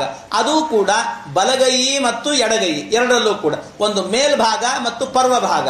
ಈ ಮೇಲ್ಭಾಗ ಪರ್ವ ಭಾಗ, ಅಲ್ಲಿಗೆ 4 ಆಯ್ತು. ಅಂತ 12 ಅಕ್ಷರ. ಹಾಗಾಗಿ ದ್ವಾದಶಾಕ್ಷರ ಮಂತ್ರದಿಂದಾಗಿ ಇದನ್ನ ಅಂಗುಲ್ಯಂಗುಷ್ಠ ಪರ್ವಸು, ಅಂಗುಷ್ಠ ಪರ್ವಗಳಲ್ಲೆಲ್ಲ ಕರನ್ಯಾಸವನ್ನ ಮಾಡಿಕೊಳ್ಳಬೇಕು ಅಂತ ಈ ರೀತಿಯಲ್ಲಿ ಇದನ್ನ ವಾಸುದೇವ ದ್ವಾದಶಾಕ್ಷರದಿಂದ ಮಾಡ್ರಿ. ಆಮೇಲೆ ನಿಷೇಧ ಹೃದಯ ಓಂಕಾರಂ ವಿಕಾರಮನುಮೂರ್ಧನಿ. ಆಮೇಲೆ ಏನ್ ಮಾಡಬೇಕಂತೆ, ನಿಷೇಧ ಹೃದಯ ಓಂಕಾರಂ ವಿಕಾರಮನುಮೂರ್ಧನಿ ಅಂತ ಇದು ಮತ್ತೊಂದು ಹೇಳುತ್ತಾರೆ, ಇನ್ನೊಂದಿದೆ. ಇನ್ನೊಂದು ಮಂತ್ರದಿಂದಲೂ ಕೂಡ ನ್ಯಾಸವನ್ನು ಮಾಡಿಕೊಳ್ಬೇಕು ಅಂತ ಹೇಳ್ತಾರೆ. ನ್ಯಾಸವನ್ನು ಮಾಡಿಕೊಳ್ಬೇಕಾದ್ರೆ ಇನ್ನೊಂದು ಮಂತ್ರ ಯಾವುದು ಅಂತ ಹೇಳಿದರೆ, ಇನ್ನೊಂದು ಮಂತ್ರ ಇದನ್ನು ಹೇಳಬೇಕಾದ್ರೆ ಯಾವುದು, ವಿಷ್ಣು ಸಪ್ತಾಕ್ಷರ ಅಂತ. ನಿಜವಾಗ್ಲೂ ನಮಗೆ ಗೊತ್ತಿರೋದೇನು ಅಂದರೆ ವಿಷ್ಣು ಷಡಕ್ಷರ ಮಂತ್ರ ಅಂತ. ಇಲ್ಲಿ ಹೇಳೋದೇನು ಅಂದರೆ ವಿಷ್ಣು ಸಪ್ತಾಕ್ಷರ ಮಂತ್ರ ಅಂತ ಹೇಳ್ತಾರೆ. ವಿಷ್ಣು ಸಪ್ತಾಕ್ಷರ ಮಂತ್ರ ಅಂತ ಒಂದಿದೆ. ಮಧ್ವಾಚಾರ್ಯರು ತಂತ್ರಸಾರ ಸಂಗ್ರಹದಲ್ಲಿ ಹೇಳಿರುವಂತಹ ಮಂತ್ರ ವಿಷ್ಣು ಷಡಕ್ಷರ ಮಂತ್ರ. ವಿಷ್ಣು ಷಡಕ್ಷರ ಮಂತ್ರ ಹೇಳಿದ್ದಾರೆ. ಅಲ್ಲಿ ಹೇಳಿದ್ದು ವಿಷ್ಣವೇ ನಮಃ ಅಂತಷ್ಟೇ, ಓಂಕಾರವೂ ಇಲ್ಲ. ಮತ್ತೆ ಓಂಕಾರ ಇಲ್ಲ, ಓಂಕಾರ ಇಲ್ಲದೇನೆ ವಿಷ್ಣವೇ ನಮಃ. ನೀವು ಕೇಳುವಾಗ ವಿಷ್ಣವೇ ನಮಃ ಅನ್ನೋ 5 ಅಕ್ಷರ ಕೇಳಿಸುತ್ತೆ, ಆದ್ರೆ ಅದು ಷಡಕ್ಷರ ಅಂತ. ಅದನ್ನ ಬಿಡಿಸಬೇಕು ಅಂತ ಮಧ್ವಾಚಾರ್ಯ ಹೇಳ್ತಾರೆ. ಹಾಗೆ ಅಂದ್ರೆ ವಿಷಣವೇ ನಮಃ ಅಂತ, ವಿಷಣವೇ ನಮಃ ಅಂತ ಹೇಳಬೇಕು, ಅದು ಷಡಕ್ಷರ ಆಗತ್ತಾಗ. ಅದೇ ರೀತಿ ಇದಕ್ಕೆ ಇಲ್ಲಿ ನಾರಾಯಣ ವರ್ಮದಲ್ಲಿ ಆಗಬೇಕಾದ್ರೆ ಹೇಗೆ ಮಾಡಬೇಕು ಅಂದ್ರೆ, ಓಂಕಾರಂ ಅಂದ್ರೆ ನಿಷೇಧ ಹೃದಯ ಓಂಕಾರಂ ವಿಕಾರಂ ಅನುಮೂರ್ಧನಿ ಅಂತ. ಆಮೇಲೆ ವಿಕಾರದಿಂದ ಓಂಕಾರವನ್ನು ಇಟ್ಟುಕೊಳ್ಳಬೇಕು. ಅಂದ್ರೆ ಓಂ ವಿಷಣವೇ ನಮಃ ಅಂದ್ರೆ ಒಟ್ಟು 7 ಅಕ್ಷರ. ಆದ್ರಿಂದ ಒಂದು ಯಾವ ರೀತಿಯಲ್ಲಿ ಷಡಕ್ಷರದ ವಿಷ್ಣು ಮಂತ್ರ ಇದೆಯೋ ಅದೇ ರೀತಿಯಲ್ಲಿ ಸಪ್ತಾಕ್ಷರದ ವಿಷ್ಣು ಮಂತ್ರವೂ ಕೂಡ ಇದೆ ಅಂತ ವೇದವ್ಯಾಸ ದೇವರು ಹೇಳುತ್ತಾರೆ. ವೇದವ್ಯಾಸ ಭಾಗವತದಲ್ಲಿ ಹೇಳಿರುವಂತಹದ್ದು. ಆದರೆ ಮಧ್ವಾಚಾರ್ಯ ನಮಗೆ ನಿತ್ಯ ಜಪ ಮಾಡಲಿಕ್ಕೆ ಹೇಳಿರುವಂತಹದ್ದು ಅದನ್ನ. ಆದರೆ ನಾರಾಯಣ ವರ್ಮವನ್ನು ಪಾರಾಯಣ ಮಾಡುವಾಗ ಅಂಗನ್ಯಾಸಗಳನ್ನು ಮಾಡಬೇಕಾದ್ರೆ ಮಾತ್ರ ಸಪ್ತಾಕ್ಷರದ ವಿಷ್ಣು ಮಂತ್ರದಿಂದಾಗಿ ಅಂಗನ್ಯಾಸವನ್ನು ಮಾಡಿಕೊಳ್ಬೇಕು ಅಂತ ಈ ಕ್ರಮದಲ್ಲಿ ಮಾಡ. ಅಲ್ಲ, ಇದೊಂದು ಇದೆಯಾ, ಹಾಗಾದ್ರೆ ಹೀಗೆಲ್ಲ ಇದೆಯಾ ಅಂತ ಕೇಳಿದ್ರೆ ಯಾಕಿಲ್ಲ ಅಂತಾರೆ. ಸತ್ಯಧರ್ಮ ತೀರ್ಥರ ವ್ಯಾಖ್ಯಾನ ಬರೀತ ಹೇಳ್ತಾರೆ. ಅವ್ರು ಯಾವ ರೀತಿಯಲ್ಲಿ ಗಾಯತ್ರಿ ಮಂತ್ರದಲ್ಲಿ 2 ಮಂತ್ರಗಳಿದ್ದಾವೋ, 2 ಗಾಯತ್ರಿಗಳಿದ್ದಾವೆ. ಒಂದು ಬ್ರಹ್ಮ ಗಾಯತ್ರಿ ಅಂತ, ಇನ್ನೊಂದು ವಿಶ್ವಾಮಿತ್ರ ಗಾಯತ್ರಿ ಅಂತಿದೆ. 2 ಮಂತ್ರಗಳಿದ್ದಾವೆ. ಅದರಲ್ಲಿ ಹೇಗೆ 2 ಮಂತ್ರ ಇದೆಯೋ ಅಂದ್ರೆ, ಒಂದು ವ್ಯಾಹೃತಿ ಸಹಿತವಾದಂತ ಮಂತ್ರ, ಇನ್ನೊಂದು ವ್ಯಾಹೃತಿ ರಹಿತವಾದಂತ ಮಂತ್ರ. ವ್ಯಾಹೃತಿ ರಹಿತವಾದಂತಹ ಮಂತ್ರ ಅಂದ್ರೆ ತತ್ಸವಿತುರ್ವರೆಣ್ಯಂ ಭರ್ಗೋ ದೇವಸ್ಯ ಧೀಮಹಿ ಧಿಯೋ ಯೋ ನ ಪ್ರಚೋ, ಇಷ್ಟೇ ಹೇಳಿಬಿಟ್ರು ಅಂತಾದ್ರೆ ಇದು ಬ್ರಹ್ಮ ಗಾಯತ್ರಿ ಅಂತ ಕರೀತಾರೆ.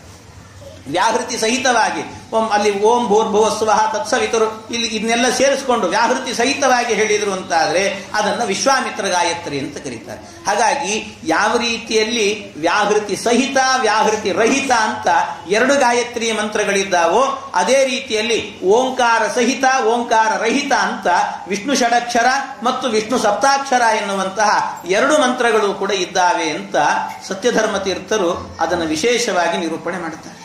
ಇಲ್ಲಿ ಇಷ್ಟನ್ನು ಹೇಳಿ ಮುಂದೆ ಹೇಳುವಾಗ ಏನು ಮಾಡಿದ್ದಾರೆ ಅಂದರೆ, ಈ ನಾರಾಯಣ ವರ್ಮ ಅನ್ನುವಂಥದ್ದೇನಿದೆ ಇದು ಗಾಯತ್ರಿ ಮಂತ್ರದ ಭಾಷ್ಯ. ಇದು ನಾರಾಯಣ ವರ್ಮ ಇಡೀ ಭಾಗವತವೇನೇ ಗಾಯತ್ರಿ ಭಾಷ್ಯ ರೂಪೋತ್ಸವ ಅಂತ ಶ್ರೀಮದ್ ಆಚಾರ್ಯ ಹೇಳಿಬಿಟ್ಟಿದ್ದಾರೆ. ಅದರಲ್ಲಿ ನಾರಾಯಣ ವರ್ಮ ಅನ್ನುವಂಥದ್ದಂತೂ ವಿಶೇಷವಾಗಿ ಇದು ಗಾಯತ್ರಿ ಮಂತ್ರದ ಭಾಷ್ಯವಾಗಿದೆ.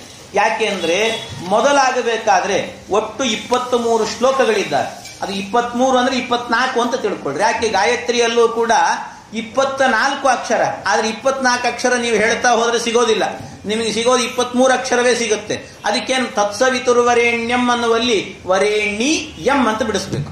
ಆಗೇನಾಗತ್ತೆ ಅಂದ್ರೆ ಅದು ನಾವು ಹೇಳ್ತೇವಲ್ಲ, ಮಂತ್ರ ಹೇಳ್ಕೊಳ್ಳುವಾಗ ಪ್ರಾಣಾಪಾನ ವ್ಯಾನೋದಾನ ಸಮಾನಸ ಪ್ರಾಣ ಗಾಯತ್ರಿ 24 ಅಕ್ಷರ ತ್ರಿಪದಾ ಷಟ್ಕುಕ್ಷಿಹಿ ಅಂತ ಹೇಳ್ತೇವಲ್ಲ.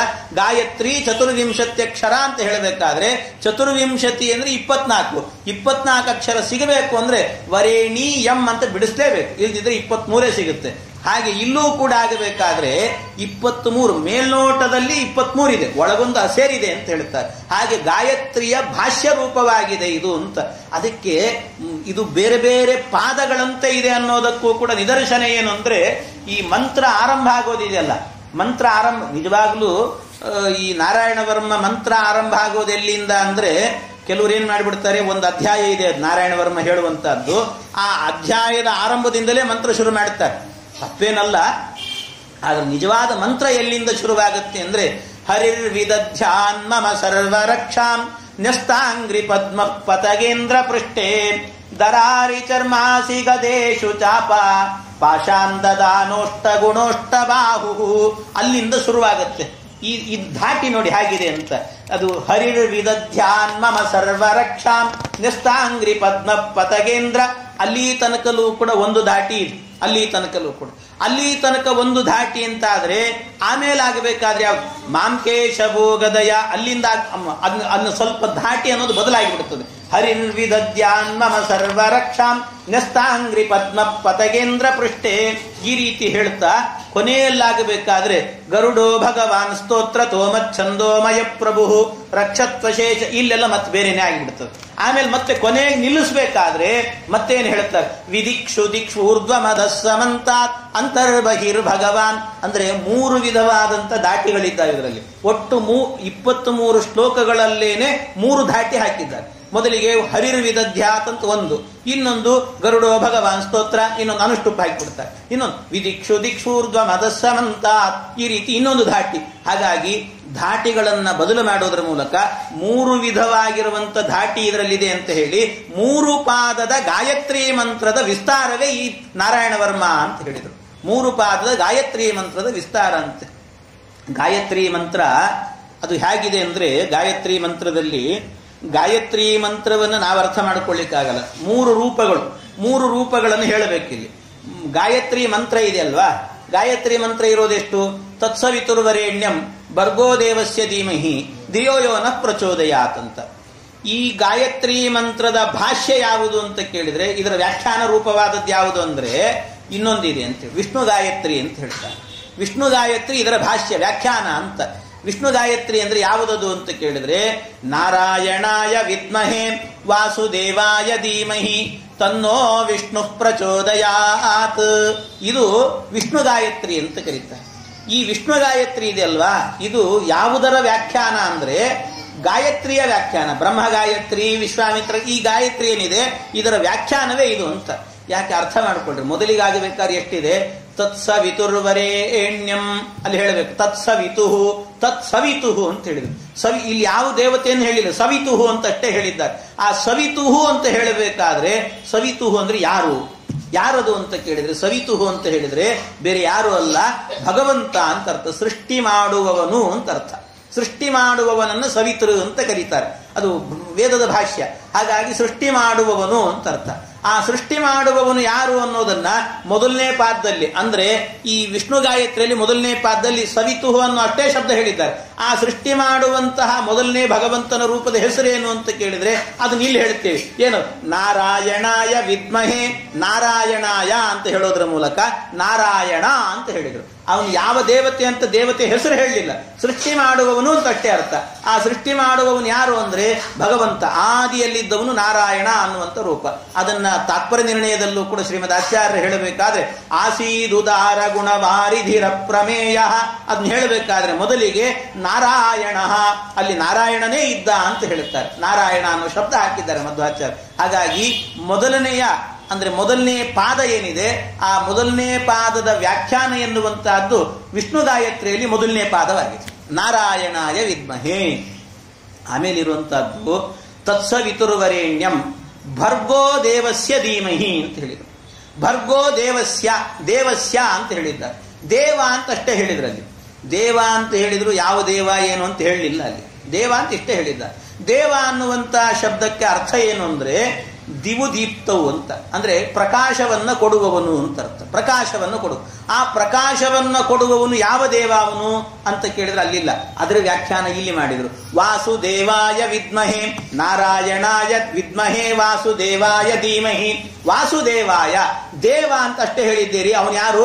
ವಾಸುದೇವ. ವಾಸು ಅನ್ನೋದು ಇಟ್ಟುಕೊಳ್ಳಿ. ಅಂದ್ರೆ ವಾಸು ಅಂದ್ರೆ ಯಾರು? ವಾಸು ಅಂತ ಹೇಳಿದ್ರೆ ಯಾರು ಅಂತ ಕೇಳಿದ್ರೆ ಯಾರ್ಯಾರು ವಸತಿ ಇತಿ ವಾಸುಹು ಅಂತ. ಯಾವ್ಯಾವ ಜೀವನು ವಾಸ ಮಾಡ್ತಾನೋ ಅವರೆಲ್ಲರಿಗೂ ಕೂಡ ವಾಸು ಅಂತ ಹೆಸರಂತೆ. ಜೀವ, ಆ ಜೀವರಿಗೆಲ್ಲರಿಗೂ ಕೂಡ ದೇವ ಅಂದ್ರೆ ಪ್ರಕಾಶವನ್ನ ಕೊಡುವವನು, ಅಂದ್ರೆ ತತ್ವಜ್ಞಾನವನ್ನ ಕೊಡುವವನು ಭಗವಂತ ಅಂತ ಅರ್ಥ.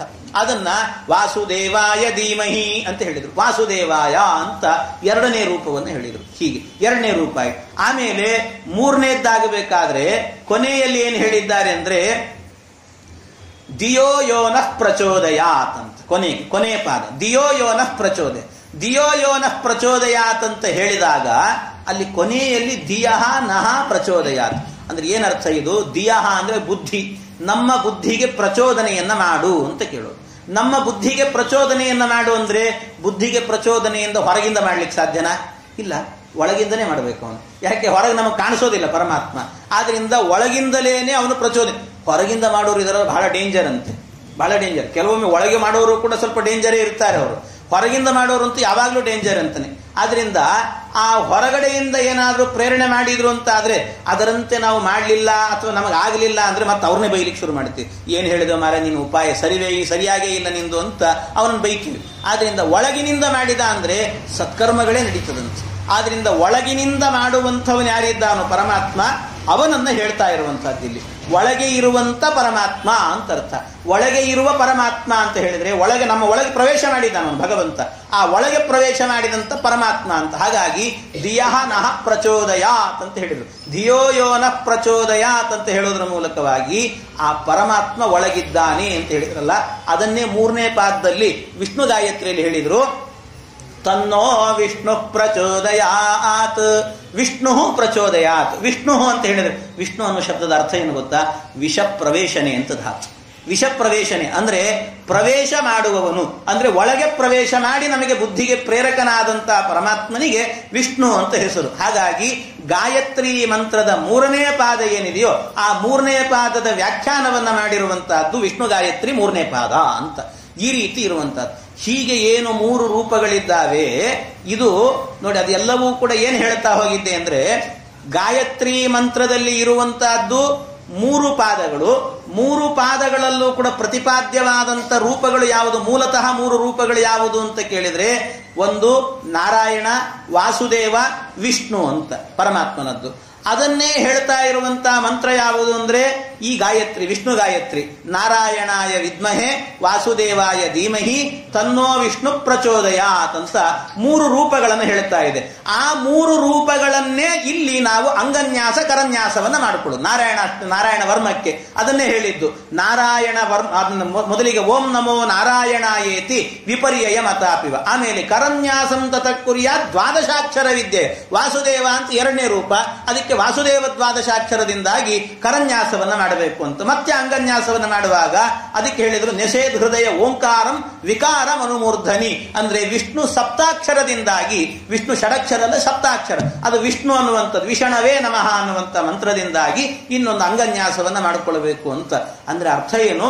ಈ ಭಗವಂತನ 3 ರೂಪಗಳೇನಿದ್ದಾವೆ ಇದು ಗಾಯತ್ರಿಯಿಂದ ಪ್ರತಿಪಾದ್ಯವಾದದ್ದು. ಆ ಗಾಯತ್ರಿ ಪ್ರತಿಪಾದ್ಯವಾದಂಥ ರೂಪಗಳನ್ನೇ ಈ ನಾರಾಯಣ ವರ್ಮದಲ್ಲೂ ಕೂಡ ಹೇಳ್ತಾ ಇದ್ದೇವೆ. ಆದ್ರಿಂದ ಇದು ಏನಾಗಿದೆ ಅಂತ ಕೇಳಿದ್ರೆ ಭಗವಂತನ 3 ರೂಪವನ್ನು ಗಾಯತ್ರಿ ವ್ಯಾಖ್ಯಾನ ರೂಪವಾಗಿದೆ ಈ ನಾರಾಯಣ ವರ್ಮ. ಗಾಯತ್ರಿ ಭಾಷ್ಯ ರೂಪೋಸೌ ಅಂತ ಇದಕ್ಕೆ ಹೇಳಿತ್ತು. ಈ ರೀತಿ ಗಾಯತ್ರಿಯ ಭಾಷ್ಯ ರೂಪವಾಗಿ ನಾರಾಯಣ ವರ್ಮ ಎನ್ನುವಂತಹದ್ದು ಹೊರಟಿದೆ ಅಂತ ಈ ಅರ್ಥದಲ್ಲಿ ಹೇಳಿದ್ದಾರಂತೆ. ಅಷ್ಟೇ ಅಲ್ಲ, ಇದರ ಜೊತೆಗೆ ನಿನ್ನೇನೆ ಹೇಳಿದ್ದೇನೆ ಬಹಳಷ್ಟು. ಏನು ಅಂದ್ರೆ ಇದರ ಜೊತೆಗೆ 23 ಅಕ್ಷರಗಳಿದ್ದಾವೆ, ಇದರಲ್ಲಿ 23 ಶ್ಲೋಕಗಳಿದ್ದಾವೆ ಅಂತ ಹೇಳಿದ್ರು. 23 ಶ್ಲೋಕ ಅಂದ್ರೆ ಅದನ್ನ 24 ಅಂತ ಮಾಡಿಕೊಳ್ಬೇಕು. ಅಂತೂ 24 ಶ್ಲೋಕಗಳು ಅಂತ ಹೇಳಿದ್ರೆ ಗಾಯತ್ರಿ ಮಂತ್ರದಲ್ಲಿರುವಂತಹದ್ದು ಕೂಡ 24 ಅಕ್ಷರ. ನಾನು ನಿನ್ನೆ ಹೇಳಿದ್ದೇನೆ 24 ಅಕ್ಷರ ಅಂತ ಹೇಳಿದ್ರೆ ಆ 24 ಅಕ್ಷರಗಳಿಂದಲೂ ಕೂಡ ಪ್ರತಿಪಾದ್ಯನಾಗಿರುವಂತ ಭಗವಂತನ 24 ಕೇಶವಾದಿ ರೂಪಗಳನ್ನು ನೋಡಬೇಕು. ಕೇಶವಾದಿ ರೂಪಗಳು. ಆದ್ರಿಂದ ಏನ್ ಮಾಡ್ಬೇಕಂತೆ, ಏನೇ ಮಾಡ್ರಿ ನೀವು, ನಮ್ಮ ದೇಹ ಗಟ್ಟುಮುಟ್ಟಾಗಿರಬೇಕಲ್ಲ. ನಾವು ಏನು ಕೆಲಸ ಮಾಡುವಾಗಲೂ ದೇಹ ಗಟ್ಟುಮುಟ್ಟಾಗಿರಬೇಕು ಅಂತ ಆದ್ರೆ ಒಳಗಿರುವಂತ ತತ್ವಾಭಿಮಾನಿ ದೇವತೆಗಳನ್ನು ಸ್ಮರಣೆ ಮಾಡ್ರಿ ಅಂತ ಹೇಳೋದು. ನಮೋ ವಸ್ ತಾತ್ವಿಕ ದೇವಾ ವಿಷ್ಣು ಭಕ್ತಿ ಪರಾಯಣ ಅಂತ. ಹೀಗೆ ಆ ತಾತ್ವಿಕ ದೇವತೆಗಳನ್ನು, ತತ್ವಾಭಿಮಾನಿ ದೇವತೆಗಳ ಚಿಂತನೆ ಮಾಡಬೇಕು. ತತ್ವಾಭಿಮಾನಿ ದೇವತೆಗಳ ಅಂತರ್ಯಾಮಿಯಾಗಿ ಭಗವಂತನ ಕೇಶವಾದಿ 24 ರೂಪಗಳು. ಅದಕ್ಕೆ ಏನ್ ಮಾಡ್ತಾರೆ, ನೀವೇನು ಕೆಲಸ ಮಾಡ್ಲಿಕ್ಕೆ ಶುರು ಮಾಡ್ರಿ. ನಮ್ಮ ಸಿದ್ಧಾಂತದಲ್ಲಿ ಏನು ಗೊತ್ತಾ ಇರೋದು, ನೀವು ಏನೇ ಕೆಲಸ ಮಾಡ್ಲಿಕ್ಕೆ ಶುರು ಮಾಡಿದ್ರು ಕೂಡ ಏನ್ ಮಾಡ್ತಿದ್ಯಪ್ಪ, ಇಲ್ಲ ಸಂಧ್ಯಾ ವಂದನೆ, ಹಾಗಾದ್ರೆ ಮಾಡಿ ಮೊದಲಿಗೆ ಏನ್ ಮಾಡಬೇಕು, ಆಚಮ್ಯ ಪ್ರಾಣಾನಾಯಮ್ಯ, ಆಚಮ್ಯ ಅಂತ ಹೇಳಿದ್ರು. ಮೊದಲಿಗೆ ಆಚಮನ ಮಾಡ್ರಿ. ಯಾಕೆ ಅಂದ್ರೆ ಆಚಮನದಲ್ಲಿ 24 ಪರಮಾತ್ಮನ ರೂಪಗಳನ್ನು, ಕೇಶವಾಯ ಸ್ವಾಹ, ನಾರಾಯಣ ಸ್ವಾಹ, ಮಾಧವಾಯ ಸ್ವಾಹ, ಗೋವಿಂದಾಯ ನಮಃ, ಇದೆಲ್ಲ ಹೇಳುತ್ತೆ 24 ರೂಪಗಳನ್ನ. ಅದು ಕೆಲವ್ರು ಹೇಳುತ್ತೆ, ಕೆಲವ್ರು ಹೇಳೋದಿಲ್ಲ ಅಂತ ಇಟ್ಕೊಳ್ರಿ. ಯಾಕೆ ಕೆಲವರು ಅಂತ ಹೇಗೆ ಅಂದ್ರೆ ಕೇಶವಾಯ ಸ್ವಾಹ, ನಾರಾಯಣಾಯ ಸ್ವಾಹ, ಮಾಧವಾಯ ಸ್ವಾಹ, ಗೋವಿಂದಾಯ ನಮಃ, ಹರೇ ನಮಃ, ಕೃಷ್ಣಾಯ ನಮಃ ಮುಗಿತ್ತು ಅಲ್ಲಿಗೆ. ಇನ್ನು ಉಳಿದದ್ದೆಲ್ಲ ಗೋವಿಂದಾಯ ನಮಃ, ಗೋವಿಂದನ ಎಲ್ಲ ಗೋವಿಂದ ಆಗಿ ಹೋಗಿರುತ್ತದೆ ಅಷ್ಟೇ. ಹಾಗಲ್ಲ, 24 ಭಗವಂತನ ರೂಪಗಳನ್ನು ಹೇಳ್ಕೊಳ್ಬೇಕು. ಈ ರೀತಿ 24 ಭಗವಂತನ ರೂಪಗಳಿಂದಾಗಿ ಈ ನಾರಾಯಣ ವರ್ಮದಲ್ಲೂ ಕೂಡ 24 ಶ್ಲೋಕಗಳು ಅಂತ ಹೇಳಿದ್ರೆ 24 ಪರಮಾತ್ಮನ ರೂಪಗಳನ್ನು ಹೇಳ್ತಾ ಇದ್ದಾರೆ ಅಂತ ಚಿಂತನೆಯನ್ನು ಮಾಡಿಕೊಂಡು ನಾರಾಯಣ ವರ್ಮವನ್ನ ಪಾರಾಯಣ ಮಾಡಬೇಕು ಅಂತ ಈ ಕ್ರಮದಲ್ಲಿ ನಾರಾಯಣ ವರ್ಮದ ಪಾರಾಯಣವನ್ನು ವಿಧಾನ ಮಾಡಿದ್ದಾರೆ. ಹೇಳ್ತೇನೆ. ಅದಕ್ಕೆ ಈ ತರದ ನಾರಾಯಣ ವರ್ಮವನ್ನ ಪಾರಾಯಣ ಮಾಡಬೇಕು ಅಂತ ಹೇಳ್ತಾರೆ. ಈ ನಾರಾಯಣ ವರ್ಮವನ್ನ ಪಾರಾಯಣ ಮಾಡಬೇಕು ಅಂತ ಹೇಳ್ತಾ ಶ್ರೀಮದ್ ಆಚಾರ್ಯರು ಇಲ್ಲೇನೆ ಕೆಲವು ವಿಶೇಷಗಳನ್ನು ಕೂಡ ಬರೆದಿದ್ದಾರೆ. ಕೆಲವು ವಿಶೇಷ ವಿಚಾರಗಳನ್ನು ಹೇಳ್ತೇನೆ ಅಂತ ಈ ನಾರಾಯಣ ವರ್ಮದ ವ್ಯಾಖ್ಯಾನದಲ್ಲೇನೆ ಶ್ರೀಮದ್ ಆಚಾರ್ಯರು ನಿರೂಪಣೆ ಮಾಡುವಾಗ ಒಂದು ಮಾತನ್ನು ಹೇಳ್ತಾರೆ. ಏನು ಅಂದ್ರೆ, ಇದನ್ನ ಪಾರಾಯಣ ಮಾಡಿದ್ರೆ ಏನು ಬೇಕೋ ಅದೆಲ್ಲ ಸಿಗುತ್ತೆ ಅಂತ ಹೇಳ್ತಾರೆ. ಏನು ಬೇಕೋ ಅದೆಲ್ಲ ಸಿಗುತ್ತೆ. ಏನು ಬೇಕೋ ಅದೆಲ್ಲ ಸಿಗುತ್ತೆ ಅಂತ ಹೇಳಿದ್ರೆ ಹೇಗಿದು ಸಿಗುತ್ತೆ? ಕೆಲವರು ನಾವೆಲ್ಲ ಪಾರಾಯಣ ಮಾಡಿರ್ತೇವೆ, ನಮಗೆ ಸಿಕ್ಕಿಲ್ಲಲ್ಲ ಅಂತ ಕೇಳಿದ್ರೆ ಅದಕ್ಕೆ ಆಚಾರ್ಯ ಹೇಳಿದ್ರು, ಯದ್ದದ್ಯಾತ್ ಸುಪ್ರಸನ್ನದೀಹಿ. ಅದಕ್ಕೆ ಯದ್ದದ್ಯಾತ್ ಸುಪ್ರಸನ್ನದೀಹಿ ಅಂತ, ನೀವು ಉಪದೇಶವನ್ನ ಪಡೆಯುವಾಗ ಗುರುಗಳು ನಿಮಗೆ ಸುಪ್ರಸನ್ನರಾಗಿ ಇದನ್ನು ಉಪದೇಶ ಮಾಡಿದ್ದಾರಾ ಅಂತ ತಿಳ್ಕೊಳ್ರಿ ಅಂತ. ಗುರುಗಳು ಸುಪ್ರಸನ್ನರಾಗಿ ಉಪದೇಶವನ್ನ ಮಾಡಬೇಕಂತ. ಇದನ್ನು ಉಪದೇಶ ಇಲ್ಲದೆ ಪಾರಾಯಣ ಮಾಡಬಾರದು ಅಂತ ಅರ್ಥ ಇದೆ. ಉಪದೇಶ ಆಗಲೇಬೇಕು. ಗುರುಗಳು ಆ ಉಪದೇಶ ಮಾಡುವಾಗಲೂ ಕೂಡ ಯದ್ದದ್ಯಾತ್ ಸುಪ್ರಸನ್ನದೀಹಿ ಅಂತ ಹೇಳ್ತಾರೆ. ಸುಪ್ರಸನ್ನರಾಗಿ ಮಾಡಬೇಕಂತೆ, ಪ್ರಸನ್ನರಾಗಿ ಮಾಡಬೇಕು ಗುರುಗಳು. ಆ ಗುರುಗಳು ಪ್ರಸನ್ನರಾಗಿ ಮಾಡಲಿಲ್ಲ. ಕೆಲವೊಮ್ಮೆ ಏನಾಗುತ್ತೆ ಅಂದ್ರೆ, ಗುರುಗಳಿಗೇನೋ ಮಾಡಬೇಕು ಅಂತ ಇಚ್ಛೆ ಇರೋದಿಲ್ವೋ ಏನೋ ಗೊತ್ತಿರೋದಿಲ್ಲ, ಆದ್ರೆ ಸದಾ ಪೀಡಿಸ್ತಾ ಇರೋದು ನಾವು. ಸ್ವಾಮಿ ನನಗೊಂದು ನಾರಾಯಣವರ್ಮ ಉಪದೇಶ ಮಾಡಿಬಿಡ್ರಿ ಅಂತ ಯಾವಾಗಲೂ ಕಾಡ್ತಾ ಇರೋದು ಅವ್ರನ್ನ. ಅವ್ರು ಕೊನೆಗೆ ಏನೋ ಮಾಡೋದು ಯಾವಾಗಲೂ ಸತಾಯಿಸ್ತಿಲ್ಲ, ಹಾಳಾಗಿ ಹೋಗುವಂತ ಕೊಟ್ಬಿಟ್ರೆ ಅದು ಸಿದ್ಧಿ ಆಗೋದಿಲ್ಲ ಅಂತ. ಅದು ಸಿದ್ಧಿ ಆಗೋದಿಲ್ಲ. ಆದ್ರಿಂದ ಸಿದ್ಧಿ ಆಗಬೇಕು ಅಂತಾದ್ರೆ, ನಾವು ಪಾರಾಯಣ ಮಾಡಿದ್ದು ನಮಗೆ ಫಲವನ್ನ ಕೊಡಬೇಕು ಅಂತಾದ್ರೆ ಯದ್ದದ್ಯಾತ್ ಸುಪ್ರಸನ್ನದೀಹಿ, ಅದು ಸುಪ್ರಸನ್ನದೀಹಿ, ಪ್ರಸನ್ನರಾಗಿ ಗುರುಗಳೇನಾದ್ರೂ ಉಪದೇಶವನ್ನ ಮಾಡಿದ್ರು ಅಂತಾದ್ರೆ ಅದು ಒಳ್ಳೆ ಸಿದ್ಧಿಯನ್ನ ಕೊಡುತ್ತೆ ಅಂತ ಅರ್ಥ. ಇಲ್ಲಿದ್ರೆ ಸಿದ್ಧಿಯನ್ನ ಕೊಡೋದಿಲ್ಲ ಅಂತ ಹೇಳ್ತಾರೆ. ಅಲ್ಲ, ಕೆಲವೊಮ್ಮೆ ಗುರುಗಳು ಸುಪ್ರಸನ್ನರಾಗಿ ಕೊಟ್ಟಿರ್ತಾರೆ, ಕೊಟ್ಟರೂ ಕೂಡ ಅದನ್ನು ಪಾರಾಯಣ ಮಾಡಿರ್ತೇವೆ, ನಮಗೆ ಫಲ ಸಿಕ್ಕಿರೋದಿಲ್ಲಲ್ಲ ಅಂತ ಹೇಳಿದ್ರೆ ಅದಕ್ಕೂ ಹೇಳ್ತಾರೆ. ಮತ್ತೆ ಮಧ್ವಾಚಾರ್ಯ ಹೇಳ್ತಾರೆ, ಗುರುವೃತ್ತೇರ ಪೂರ್ತಿತಃ, ಗುರುವೃತ್ತೇರ ಅಪೂರ್ತಿತಃ. ಅವರು ಸುಪ್ರಸನ್ನರಾಗಿ ಕೊಟ್ಟಿದ್ರು ಮಾಡಿದ್ರು ಎಲ್ಲ ಸರಿ, ಆದ್ರೆ ಗುರುವೃತ್ತೇ ಅಪೂರ್ತಿತಃ, ನೀನು ಗುರುಗಳ ಸೇವೆಯನ್ನು ಪರಿಪೂರ್ಣವಾಗಿ ಮಾಡಿಲ್ಲ ಅಂತ ಅರ್ಥ ಅಂತ. ಸಿದ್ಧಿ ಆಗಿಲ್ಲ ನಿನಗೆ ಅಂದ್ರೆ, ನೀನು ಪಾರಾಯಣ ಮಾಡಿದ್ರು ನಿನಗೆ ಫಲ ಕೊಟ್ಟಿಲ್ಲ ಅಂದ್ರೆ ನೀನು ಗುರುಗಳ ಸೇವೆಯನ್ನು ಸರಿಯಾಗಿ ಮಾಡಿಲ್ಲ ಅಂತ ಅರ್ಥ. ಅಂತೂ ನಿನಗೆ ಅದು ನಾರಾಯಣ ವರ್ಮ ಫಲ ಕೊಡೋದಿಲ್ಲ ಅಂತ ಇಲ್ವೇ ಇಲ್ಲ, ಫಲ ಕೊಟ್ಟೇ ಕೊಡ್ತದಂತದ್ದು. ಅದು ಕೊಟ್ಟಿಲ್ಲ ಅಂದ್ರೆ ನಿನ್ನಲ್ಲೇನೋ ದೋಷ ಇದೆ ಅಂತ ತಿಳ್ಕೋಬೇಕಷ್ಟೆ. ನಿನ್ನಲ್ಲೇನು, ಅದು ಎಲ್ಲಿ ತನಕ ಹೇಳಿದ್ದಾರೆ ಅಂದ್ರೆ, ಕೆಲವು ಅವರ ತಂದೆ ತಾಯಿಗಳ ಶುದ್ಧತೆಯೂ ಇರಬೇಕು ಅಂತ ಹೇಳ್ತಾರೆ. ಯಾರು ಪಾರಾಯಣ ಮಾಡ್ತಾನೋ ಅವರ ತಂದೆ ತಾಯಿಗಳಲ್ಲೂ ಶುದ್ಧತೆ ಇರಬೇಕು ಅಂತ ಅಷ್ಟರ ಮಟ್ಟಿಗೆ ಹೇಳಿದ್ದಾರೆ ಅದರ ಬಗ್ಗೆ. ಇನ್ನು ಕೆಲವರು ಮಾಡ್ತಿರ್ತಾರೆ, ಪಾರಾಯಣ ಫಲ ಕೊಡಬೇಕು 48 ದಿವಸ ಒಂದು ಮಂಡಲ ಪಾರಾಯಣ ಅಂತ ತಿಳ್ಕೊಂಡ್ಬಿಡ್ತಾರೆ. ಒಂದು ಮಂಡಲ ಅಂದ್ರೆ 48 ದಿವಸ, 48 ದಿವಸ ಪಾರಾಯಣ ಮಾಡಬೇಕು ಅಂತ ಕೊಡ್ತಾರೆ. 48 ದಿವಸ ಪಾರಾಯಣ ಮಾಡುವಾಗ 2 ದಿವಸ ಆಗಿರ್ತದಷ್ಟೇ. 2 ದಿವಸ ಆದ ಕೂಡಲೇ ಕ್ಯಾಲೆಂಡರ್ ನೋಡ್ತಾ ಕೊಡು, ಇನ್ನೆಷ್ಟು ದಿವಸ ಉಳಿತು ಅಂತ ನೋಡೋದು. ಹೀಗೆ ಮಾಡ್ತಾ ಕೂತ್ರೆ ಅದು ಫಲ ಕೊಡೋದಿಲ್ಲ ಅಂತ. 48 ದಿವಸ ಮಾಡಬೇಕು ಅಂತ ಸಂಕಲ್ಪ ಮಾಡಿ ಇನ್ನೆಷ್ಟು ದಿವಸ ಉಳಿತು, ಅದು ಯಾಕೆ ಬೇಕು? ಅದೆಲ್ಲ ಬೇಕಾಗಿಲ್ಲ ಅದೆಲ್ಲವೂ ಕೂಡ. ಈ ಕೆಲವೆಲ್ಲ ಬೇಡವಾದದ್ದನ್ನು ನಮ್ಮಲ್ಲಿ ಬಹಳ ಜನ ಹಾಗೆ ಶುರು ಮಾಡ್ತಾರೆ. ಬಹಳ ಜನ ಆ ರೀತಿಯಲ್ಲಿ ಈ ಸಂಕಲ್ಪಗಳೆಲ್ಲ ಮಾಡಬೇಕಾದ್ರೂ ಕೂಡ ಅಲ್ಲಿ ಹೇಳಬೇಕಾದ ಶಬ್ದಗಳನ್ನು ಹೇಳೋದಿಲ್ಲ, ಬೇರೆ ಏನೋ ಹೇಳ್ತಿರ್ತಾರೆ. ಎಲ್ಲ ಇವತ್ತಿನ ತಿಥಿ ಗೀತಿ ಎಲ್ಲ ಹೇಳಬೇಕಾದ್ರೆ ಸಂವತ್ಸರಸ್ಯ ಋತವು ಎಲ್ಲ ಹೇಳ್ತಿರ್ತಾರೆ. ವಿಕಾರಿ ನಾಮ ಸಂವತ್ಸರೆ ಎಲ್ಲ ಒಂದೊಂದನ್ನು, ವಸಂತ ಋತು ಇತ್ಯಾದಿಗಳನ್ನು, ವೈಶಾಖ ಮಾಸೆ, ಅದು ಶುಕ್ಲ ಪಕ್ಷೆ ಎಲ್ಲ ಹೇಳಿಕೊಂಡು ಕೊನೆಯಲ್ಲಿ ಹೇಳಬೇಕಾದ್ರೆ ವಾಸರಹ ಅಂತ ಬರ್ತದೆ. ವಾಸರ ಬರಬೇಕಾದ್ರೆ ಅಲ್ಲಿಗೆ ಏನ್ ಮಾಡ್ಬಿಡುದು, ವಾಸರಹ ವಾಸರಸ್ತು ಅಂತಾರೆ ಒಂದ್ಸರ್ತಿ. ಯಾಕೆ ಹೇಳಬೇಕದು? ಯಾಕೆ ಹೇಳಬೇಕು? ಏನು ಇವತ್ತೇನು ಶುಕ್ರವಾಸರೆ ಅಂತ ಹೇಳ್ಕೊಂಡು ಮುಂದಕ್ಕೆ ಹೋಗ್ಬೋದು. ಆದ್ರೆ ಇವ್ರು ಗೊತ್ತು ಯಾಕೆ ಅಂದ್ರೆ ನೆನಪಾಗಬೇಕಲ್ಲ, ಅದಕ್ಕೋಸ್ಕರ ಒಂದ್ಸರ್ತಿ ನೆನಪಿಸ್ಕೊಳ್ಳೋದು. ವಾಸರಹ ವಾಸರಸ್ತು, ಆಮೇಲೆ ಶುಕ್ರವಾಸರ ಯುಕ್ತಾಯಾಮ್ ಅಥವಾ ಭಾರ್ಗವ ವಾಸರ ಏನೋ ಒಂದು ಅಂತೂ ಅದನ್ನೊಂದ್ಸರಿ ನೆನಪು ಮಾಡಿಕೊಳ್ಳಿ. ಅಂದ್ರೆ ಇಲ್ಲದೆ ಇರೋದನ್ನೆಲ್ಲ ಹೇಳಬೇಡ್ರಿ ಅಂತಾರೆ. ಇದನ್ನೆಲ್ಲ ಈ ರೀತಿಯಲ್ಲಿ ಇಲ್ಲದಂತ ವಿಚಾರಗಳನ್ನೆಲ್ಲ ತಲೆಗೆ ಹಾಕೊಂಡು ಮಾಡುವಂತಹದ್ರಿಂದಾಗಿ ಅದು ಸಿದ್ಧಿಯನ್ನು ಕೊಡೋದಿಲ್ಲ ಅಂತ ಹೇಳ್ತಾರೆ. ಸಿದ್ಧಿ ಕೊಡೋದಿಲ್ಲ. ಹಾಗಾಗಿ ಗುರುಪದೇಶ ಎನ್ನುವಂತಹದ್ದು ಕೂಡ ಬೇಕು. ನಿಷ್ಠಾವಂತನಾಗಿ ಗುರುಸೇವೆಯನ್ನ ಮಾಡಬೇಕು. ಇಷ್ಟನ್ನ ಮಾಡಿದ ಅಂತಾದ್ರೆ ಅವನು ಚೆನ್ನಾಗಿ ತನ್ಮಯನಾಗಿದ್ದುಕೊಂಡು, ಆಗಲೇ ಹೇಳಿದಂತೆ ದೌತಾಂಗ್ರಿ ಪಾಣಿ ರಾಚಮ್ಯ ಸಪವಿತ್ರ ಉದಂಗ್ಮುಖ, ಅವನು ಕ್ರಮಬದ್ಧವಾಗಿ ಹೇಳಿದ ಕ್ರಮದಲ್ಲಿ ಅಂಗನ್ಯಾಸ ಕರನ್ಯಾಸ ಇವುಗಳನ್ನೆಲ್ಲ ಮಾಡಿಕೊಂಡು ಪಾರಾಯಣವನ್ನ ಮಾಡಿದ ಅಂತಾದ್ರೆ ಅವನಿಗೆ ಸಮಾನನಾದ ವ್ಯಕ್ತಿ ಜಗತ್ನಲ್ಲಿ ಇಲ್ಲ ಅಂತ ಹೇಳ್ತಾರೆ. ಅಷ್ಟು ಫಲಪ್ರದವಾಗಿರುವಂತಹ ಮಂತ್ರ ಈ ಮಂತ್ರ ಅಂತ, ಭಾರಿ ಅದ್ಭುತವಾಗಿರುವಂಥ ಮಂತ್ರ ಇದು ಅಂತ. ಎಲ್ಲಿ ತನಕ ಅಂದ್ರೆ ಯಾರಾದ್ರೂ ರೋಗಿಷ್ಠರಿರ್ತಾರೆ ಅಂತ ಇಟ್ಟುಕೊಳ್ಳಿ. ಯಾರಾದ್ರೂ ರೋಗಿಷ್ಠರಿದ್ರೆ ಆ ರೋಗಿಷ್ಠರಾಗಬೇಕಾದ್ರೆ ಏನು ಮಾಡೋದು ಬೇಕಾಗಿಲ್ಲ. ಸರ್ವಾಪದ್ಯೋ ಹರೇರ್ನಾಮ ರೂಪಯಾನಾಯುಧಾನಿನಃ ಕೊನೆಯಲ್ಲಿ ಹೇಳುವಾಗ ಪದಾವಾ ಸಂಸ್ಪೃಶೇತ್ ಸದ್ಯ ಸಾಧ್ವಸಾತ್ ಸವಿಮುಚ್ಯತೆ. ಎಲ್ಲಿ ತನಕ ನೋಡಿ ಹೇಳಿದ್ದಾರೆ, ಯಾರು ನಿತ್ಯ ನಾರಾಯಣ ವರ್ಮವನ್ನ ಪಾರಾಯಣ ಮಾಡ್ತಿರ್ತಾರೋ, ನಾರಾಯಣ ವರ್ಮ ಪಾರಾಯಣ ಮಾಡುವಂಥವರ ಪಾದ ಆಕಸ್ಮಿಕವಾಗಿ ಇನ್ನೊಬ್ಬರಿಗೆ ತಾಗಿದ್ರೂ ಕೂಡ ಅವನ ಪಾಪ ಎಲ್ಲ ಪರಿಹಾರ ಆಗ್ತದಂತೆ.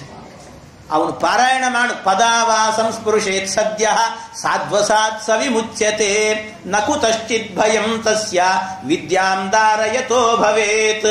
ಅವನಿಗೆ ಎಲ್ಲೆಲ್ಲೂ ಭಯ ಎನ್ನುವಂತಹದ್ದಿಲ್ಲಂತೆ. ನಿರ್ಭಯನಿಂದ ಎಲ್ಲ ಕಡೆಯಲ್ಲೂ ಓಡಾಡುತ್ತಾನೆ. ಅಂತಹ ಒಂದು ಶಕ್ತಿ ಎನ್ನುವಂತಹದ್ದು ಅವನಿಗೆ ಬರುತ್ತದೆ ಅಂತ ಹೇಳ್ತಾರೆ. ಯಾರು ರೋಗಿಷ್ಠರು ಯಾರಾದ್ರೂ ಇದ್ರೆ ಆ ನಾರಾಯಣ ವರ್ಮವನ್ನ ಪಾರಾಯಣ ಮಾಡಿಕೊಂಡು ಅವರು ಸ್ಪರ್ಶ ಮಾಡಿದ್ರೆ ಸಾಕಂತೆ ಅವ್ರ ರೋಗ ಎಲ್ಲ ವಾಸಿ ಆಗ್ತದಂತೆ. ಕೆಲವರಿಗೆಲ್ಲ ಹಾಗೆಲ್ಲ ಹೇಳ್ತಾರೆ. ಒಂದೊಂದು ವಿಶೇಷತೆ ಇರ್ತದಂತೆ.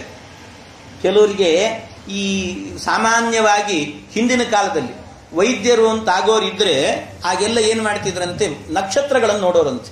ಅವರ ಜಾತಕಗಳನ್ನು, ಈಗೆಲ್ಲ ಸನ್ಯಾಸಿಗಳಿಗೆ ಆಶ್ರಮ ಕೊಡಬೇಕಾದ್ರೆ ಇವನು ಸನ್ಯಾಸಕ್ಕೆ ಯೋಗ್ಯನೋ ಇಲ್ಲವೋ ಎಲ್ಲ ಜಾತಕ ನೋಡಿ ಕೊಡ್ತಾರೆ. ಹಾಗೆ ವೈದ್ಯರಾಗಬೇಕಾದ್ರೂ ಕೂಡ ಅವನ ಜಾತಕ ನೋಡ್ತಿದ್ರಂತೆ. ಅದರಲ್ಲಿ ವಿಶೇಷವಾಗಿ ಹೇಳುವಾಗ ಈ ಶತಭಿಷ ಅಂತ ಒಂದು ನಕ್ಷತ್ರ ಇದೆ. ಆ ಶತಭಿಷಂ ನಕ್ಷತ್ರ ಅಂತ ಕರೀತಾರೆ. ಶತಭಿಷ ನಕ್ಷತ್ರ ಯಾರಿಗಿರ್ತದೋ ನೀನು ಆದಷ್ಟು ಬೇಗ ವೈದ್ಯನಾಗಿ ಓದು ಅಂತ ಹೇಳ್ತಿದ್ರಂತೆ. ವೈದ್ಯನೇ ಓದು, ನೀನು ವೈದ್ಯಕೀಯವನ್ನು ಓದು ಅಂತ ಹೇಳ್ತಿದ್ರಂತೆ. ಯಾಕೆಂದ್ರೆ ಅದರ ಅರ್ಥ ಏನು ಗೊತ್ತಾ? ಶತಭಿಷ ಅಂತಿದೆ ಅಲ್ವಾ, ಶತ ಬಿಷಕ್, ಬಿಷಕ್ ಅಂತ ಹೇಳಿದ್ರೆ ಔಷಧ ಅಂತ ಅರ್ಥ. ಅವ್ರ ಕೈಯಿಂದ ಏನಾದ್ರೂ ಒಂದು ಔಷಧ ಕೊಟ್ರೆ ಅದು 100 ಔಷಧಕ್ಕೆ ಸಮಾನ ಅಂತ ಅರ್ಥ. ಶತಭಿಷಕ್ ಅಂತ ಅಂದ್ರೆ 100 ಔಷಧವನ್ನು ತಗೊಂಡ್ರೆ ಎಷ್ಟು ಬೇಗ ಕ್ಯೂರ್ ಆಗುತ್ತೋ ಅಷ್ಟು ಅವರ ಕೈಯಿಂದ ಒಂದೇ ಔಷಧ ಕೊಟ್ಟರು ಕೂಡ 100 ಬಾರಿ ಟ್ರೀಟ್ಮೆಂಟ್ ತಗೊಂಡಾಗ ಏನು ನಮಗೆ ಕ್ಯೂರ್ ಆಗುತ್ತೋ ಅಷ್ಟು ಕ್ಯೂರ್ ಬೇಗ ಒಂದೇ ಸರ್ತಿಗೆ ಆಗುತ್ತೆ ಅಂತ ಆ ಅರ್ಥದಲ್ಲಿ ಹೇಳಿದ್ದಾರೆ. ಅಂಥವರೆಲ್ಲರೂ ಶತಭಿಷ ನಕ್ಷತ್ರದವರು ಯಾರಿರ್ತಿದ್ರು ಅವರೆಲ್ಲರೂ ಕೂಡ ಹಿಂದಿನ ಕಾಲದಲ್ಲಾಗುವಾಗ ಅವರಿಗೆ ಈ ಶಕ್ತಿ ಸಂಪಾದನೆ ಮಾಡಿಕೊಳ್ಳೋದಕ್ಕೋಸ್ಕರ ನಿತ್ಯ ನಾರಾಯಣ ವರ್ಮ ಪಾರಾಯಣ ಮಾಡ್ತಿದ್ರು. ನಾರಾಯಣ ವರ್ಮದ ಪಾರಾಯಣ. ಹೀಗೆ ಈ ನಾರಾಯಣ ವರ್ಮದ ಪಾರಾಯಣ ಎನ್ನುವಂತಹದ್ದು ಬಹಳ ಅತ್ಯುನ್ನತವಾಗಿರುವಂತಹದ್ದು, ಶ್ರೇಷ್ಠವಾಗಿರುವಂತಹದ್ದು. ಇದು ಇಂಥ ಮಂತ್ರತುಲ್ಯವಾದದ್ದು ಜಗತ್ತಿನಲ್ಲಿ. ಇದು ಮಂತ್ರಗಳ ರಾಜ ಅಂತ ಕರೆದಿದ್ದಾರೆ. ಮಂತ್ರಗಳ ರಾಜ ಅಂತಿದ್ದು ಅಂಥ ಮಂತ್ರವನ್ನು ಹೇಳಿದ್ದಾರೆ. ಈ ಮಂತ್ರದಲ್ಲಿ ಪರಮಾತ್ಮನ ಒಂದೊಂದು ರೂಪಗಳನ್ನು ಹೇಳ್ತಾ ಇದ್ದಾರೆ. ಹರಿರ್ವಿದಧ್ಯಾನ್ ಮಮ ಸರ್ವರಕ್ಷಾಂ ನ್ಯಸ್ತಾಂಗ್ರಿ ಪದ್ಮ ಪತಗೇಂದ್ರ ಪೃಷ್ಠೆ ದರಾರಿ ಚರ್ಮಾಸಿ ಗದೇಶು ಚಾಪ ಪಾಶಾಂದದಾನೋಷ್ಟ ಗುಣೋಷ್ಟ ಬಾಹು ಜಲೇಶು ಮಾಂ ರಕ್ಷತು ಮತ್ಸ್ಯಮೂರ್ತಿ ಯಾದೋ ಗಣೇಭ್ಯೋ ವರುಣಸ್ಯ ಪಾಶಾತ್ ಸ್ಥಳೇ ಚ ಮಾಯಾವಟು ವಾಮನೋವ್ಯಾತ್ ತ್ರಿವಿಕ್ರಮಖ್ಯೇವತು ವಿಶ್ವರೂಪಃ ದುರ್ಗೇಶ್ವಟು ವ್ಯಾಧಿಮಖಾದಿಷು ಪ್ರಭುಃ ಪಾಯಾನ್ ನೃಸಿಂಹೋ ಸುರಯೂತ ಪಾರಿಃ ವಿಮುಂಚತೋ ಯಸ್ಯ ಮಹಾಟ್ಟಹಾಸಂ ದಿಶೋ ವಿನೇದುರ್ನ್ಯಪತಂಶ್ಚ ಗರ್ಭಾಃ. ಒಂದೊಂದು ಮಂತ್ರ ಎಷ್ಟು ಅದ್ಭುತ. ಕೇಳ್ತಾ ಇದ್ರೆ ನಾನು ಅದರ ಅರ್ಥನೇ ಹೇಳಬೇಕು ಅಂತಿಲ್ಲ, ನಮಗೆ ಅರ್ಥ ಆಗ್ತಾ ಹೋಗುತ್ತೆ. ಜಲೇಶು ಮಾಂ ರಕ್ಷತು ಮತ್ಸ್ಯಮೂರ್ತಿ ಯಾದೋ ಗಣೇಭ್ಯೋ ವರುಣಸ್ಯ ಪಾಶಾತ್. ಬರೀ ಮೇಲ್ನೋಟದ ಅರ್ಥ ಹೇಳ್ತಾ ಇದ್ದೀನಿ, ಇನ್ನು ಒಳಗಿಳಿದಿಲ್ಲ ನಾನು. ಮೇಲ್ನೋಟದ ಅರ್ಥವನ್ನು ಹೇಳ್ತಾ ಇದ್ದೇನೆ. ಏನಂತ ಹೇಳ್ತಿದ್ದಾರೆ? ಜಲೇಶು ಮಾಂ ರಕ್ಷತು ಮತ್ಸ್ಯಮೂರ್ತಿ. ಪರಮಾತ್ಮನನ್ನ ನಿತ್ಯ ಯಾರು ನಾರಾಯಣ ವರ್ಮವನ್ನ ಪಾರಾಯಣ ಮಾಡ್ತಿರ್ತಾರೋ ಎಲ್ಲಾದ್ರೂ ಒಂದೊಂದು ಸರ್ತಿ ಅನಿಸ್ತಿರ್ತದಂತ ಅವರಿಗೆ. ತೀರ್ಥಕ್ಷೇತ್ರ ಯಾತ್ರೆ ಮಾಡಬೇಕು, ನದಿ ಸ್ನಾನ ಮಾಡಬೇಕು, ಗಂಗಾ ಸ್ನಾನ ಆಗಬೇಕು, ಏನೋ ಅನ್ಕೊಂಡು ಹೋಗಿರ್ತಾರೆ.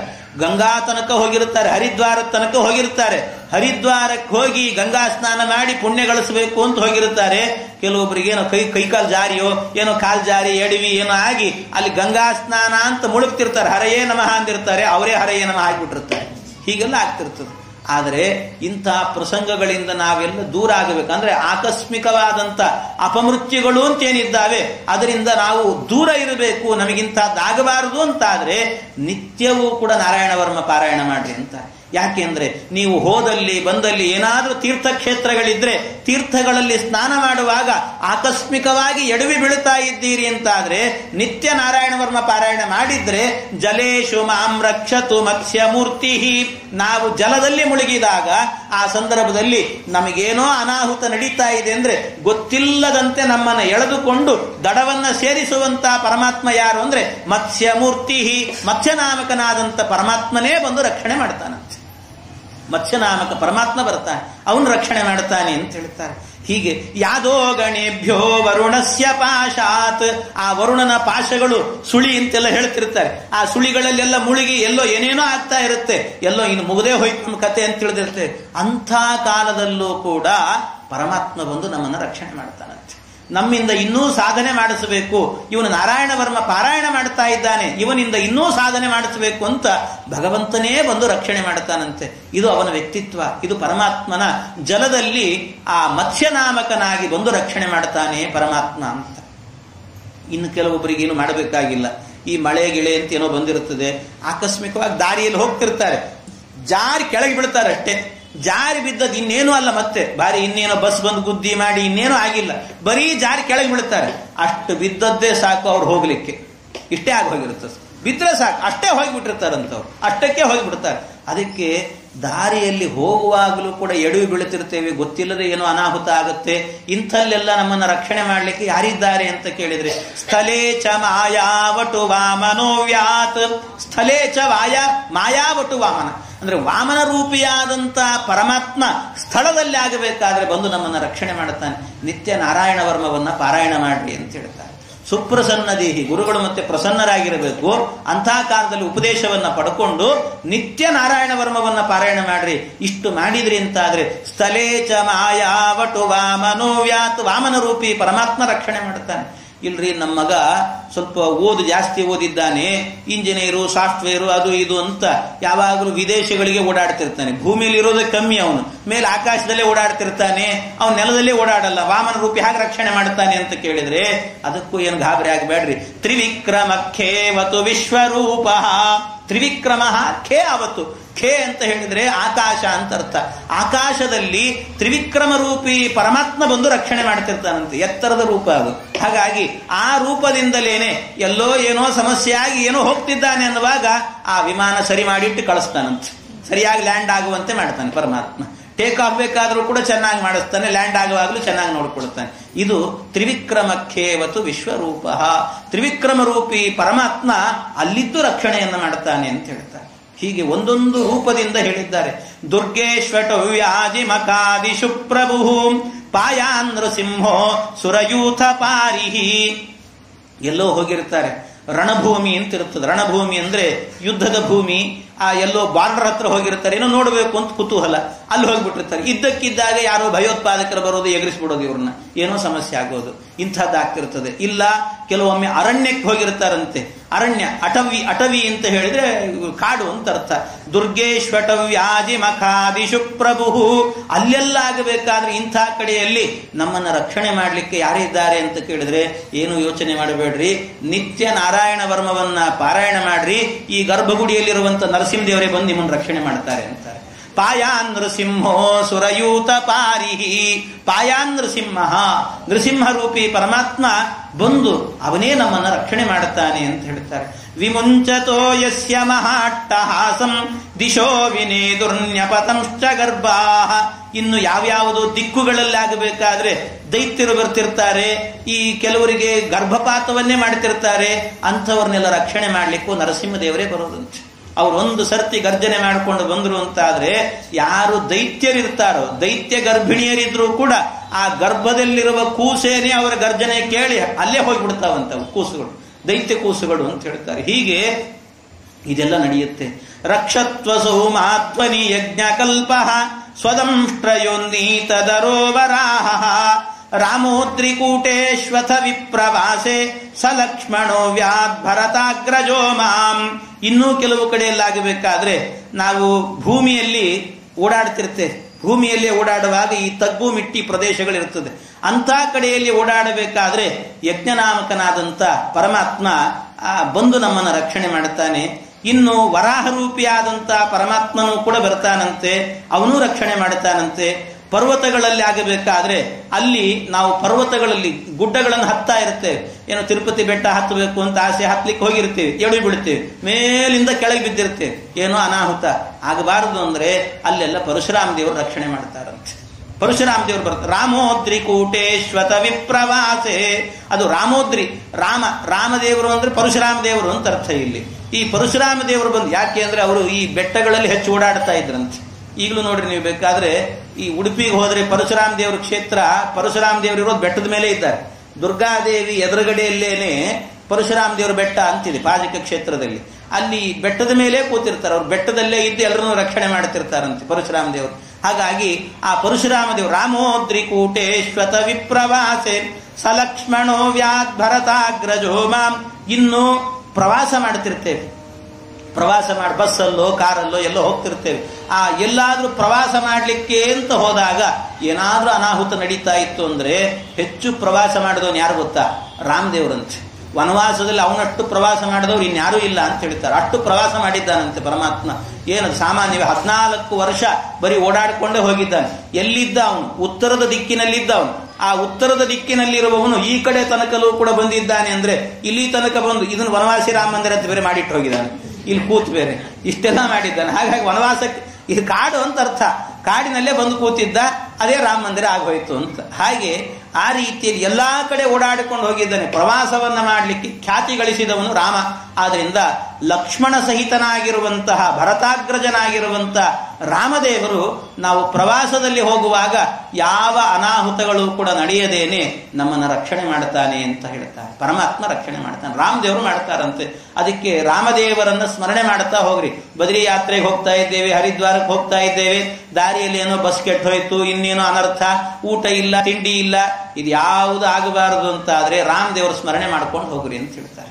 ರಾಮದೇವರ ಸ್ಮರಣೆ ಮಾಡಿಕೊಂಡು ಹೋದ್ರಿ ಅಂತ ಆದ್ರೆ ನರಸಿಂಹದೇವರು ರಾಮದೇವರು ಇವರೆಲ್ಲ ಜೊತೆಗೆ ಇದ್ದು ಬಿಟ್ರು ಅಂತ ಆದ್ರೆ ಮುಗದೇ ಹೋಯ್ತು.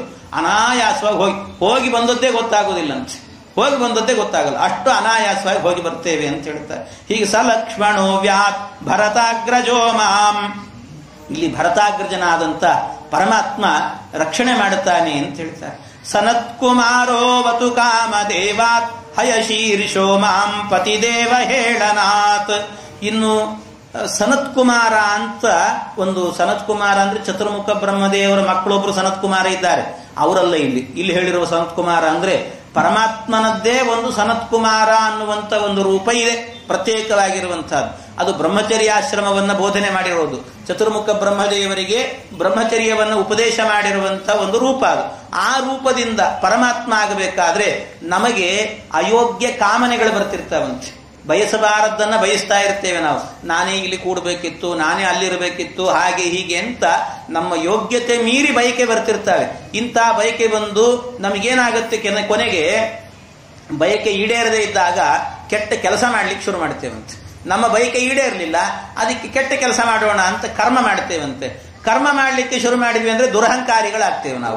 ಆದ್ರಿಂದ ದುರಹಂಕಾರಿಗಳಾದ್ವಿ ಅಂತಾದ್ರೆ ಆಗ ಭಗವಂತನ ಹತ್ತಿರಕ್ಕೆ ಹೋಗ್ಲಿಕ್ಕೆ ಸಾಧ್ಯ ಇಲ್ಲ. ಅದಕ್ಕೆ ನಿತ್ಯ ನಾರಾಯಣ ವರ್ಮ ಪಾರಾಯಣ ಮಾಡಿದ್ರಿ ಅಂತಾದ್ರೆ ನಮ್ಮ ಒಳಗೆ ಅಯೋಗ್ಯ ಕಾಮನೆಯೇ ಬರುವುದಿಲ್ಲ. ಸಾಕು, ನನಗೆ ಇಲ್ಲಿ ದೇವರಿದ್ದಾನೆ, ಈ ದೇವರ ಆರಾಧನೆ ಮಾಡ್ತಿದ್ದೇನೆ, ಇಷ್ಟು ಕೊಟ್ಟಿದ್ದಾನೆ ಪರಮಾತ್ಮ, ಸಾಕಿ ನನಗೆ ತೃಪ್ತಿ ಇದೆ ಅಂತ ಅನ್ಕೊಂಡು ಆ ತೃಪ್ತಿಯಿಂದಲೇ ಬದುಕ್ತಾನಂತೆ.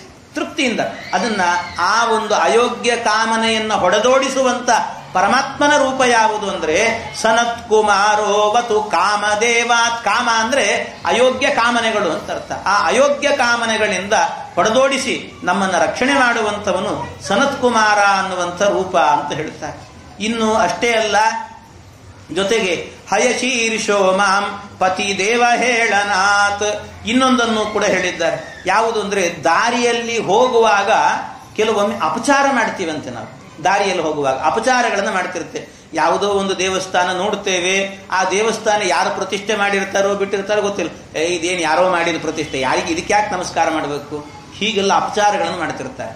ಆ ಅಪಚಾರಗಳನ್ನ ಮಾಡಬಾರದು ಅಂತಾದ್ರೆ ಅದಕ್ಕೇನು ಮಾಡಬೇಕಂತೆ? ನಿತ್ಯ ನಾರಾಯಣ ವರ್ಮ ಪಾರಾಯಣ ಮಾಡ್ರಿ. ಅದರಲ್ಲಿ ಹಯಶೀರ್ಷೋ ಮಾಂ ಪತಿ ದೇವಹೇಳನಾತ್, ದೇವಹೇಳನ, ದೇವತೆಗಳ ಹೇಳನೆಯನ್ನ ಮಾಡಿದ್ರೆ ಅಂದ್ರೆ ಅಪಚಾರವನ್ನ ಮಾಡಿದ್ರು ಅಂತಾದ್ರೆ ಅದನ್ನು ಮಾಡದೇ ಇರುವಂತೆ ಬುದ್ಧಿ ಪ್ರೇರಣೆ ಮಾಡುವವನು ಯಾರು ಅಂದ್ರೆ ಹಯಶೀರ್ಷೋ ಮಾಂ, ಹಯಗ್ರೀವ ರೂಪಿ ಪರಮಾತ್ಮ ಅಂತ ಹೇಳ್ತಾರೆ. ಹಯಗ್ರೀವ ನಾಮಕನಾದಂಥ ಪರಮಾತ್ಮ ಅವನು ರಕ್ಷಣೆ ಮಾಡ್ತಾನೆ ಅಂತ ಹೇಳಿದ್ದಾರೆ. ಈ ರೀತಿಯಲ್ಲಿ ಅನೇಕ ರೂಪಗಳು ದೇವಋಷಿವರಿಯ ಪುರುಷಾಂತರಾರ್ಚನಾತ್ ಕೂರ್ಮೋ ಹರಿರ್ಮಾಂ ನಿರಯಾದ ಶೇಷಾತ್, ನಮ್ಮ ಅಪರಾಧಗಳನ್ನೆಲ್ಲವನ್ನು ಕೂಡ ಪರಿಹಾರವನ್ನು ಮಾಡುವಂಥವನು ವಿಷ್ಣು ಮತ್ತು ಕೂರ್ಮ ರೂಪಿಯಾದಂಥ ಭಗವಂತ ಅಂತ ಅವನ ಅನೇಕ ರೂಪಗಳನ್ನು ನಿರೂಪಣೆ ಮಾಡುತ್ತಾರೆ. ಇಷ್ಟು ಇನ್ನೂ ಬಹಳ ವಿಷಯಗಳಿದ್ದಾವೆ ಇದರಲ್ಲಿ ನಾರಾಯಣ ವರ್ಮದಲ್ಲಿ. ಇವತ್ತು ಸ್ವಲ್ಪ ಬೇರೆ ಇನ್ನೊಂದು ಕಾರ್ಯಕ್ರಮವೂ ಇರೋದರಿಂದ ನಾನು ಸ್ವಲ್ಪ ಬೇಗ ಅಂದ್ರೆ ಆಗಿದೆ, ಸಮಯವೂ ಆಗ್ತಾ ಇದೆ. ಅದರಿಂದ ಇನ್ನು ಉಳಿದ ವಿಚಾರವನ್ನು ಮತ್ತೆ ನಾಳೆ ನಾಡಿದ್ರಲ್ಲಿ ನಾರಾಯಣ ವರ್ಮದ ಇನ್ನೂ ವಿಶೇಷ ವಿಚಾರಗಳನ್ನು, ಇವತ್ತು ಮೇಲ್ನೋಟದ ಅರ್ಥವನ್ನು ಮಾತ್ರ ಹೇಳಿದ್ದೇನೆ, ಮೇಲೆ ಕಾಣುವಂಥ ಅರ್ಥಗಳಿವೆಲ್ಲವೂ ಕೂಡ. ಇನ್ನು ಒಳಾರ್ಥ ಎನ್ನುವಂತಹದ್ದು ಬೇರೆ ಇದೆ. ಆ ಅರ್ಥಗಳನ್ನು ಮತ್ತೆ ನಾಳೆ ದಿವಸ ಸೇರಿದಾಗ ಚಿಂತನೆ ಮಾಡೋಣ ಅಂತ ಹೇಳುತ್ತಾ ಇಂದಿನ ಉಪನ್ಯಾಸ ಕೃಷ್ಣ ಅರ್ಪಣ.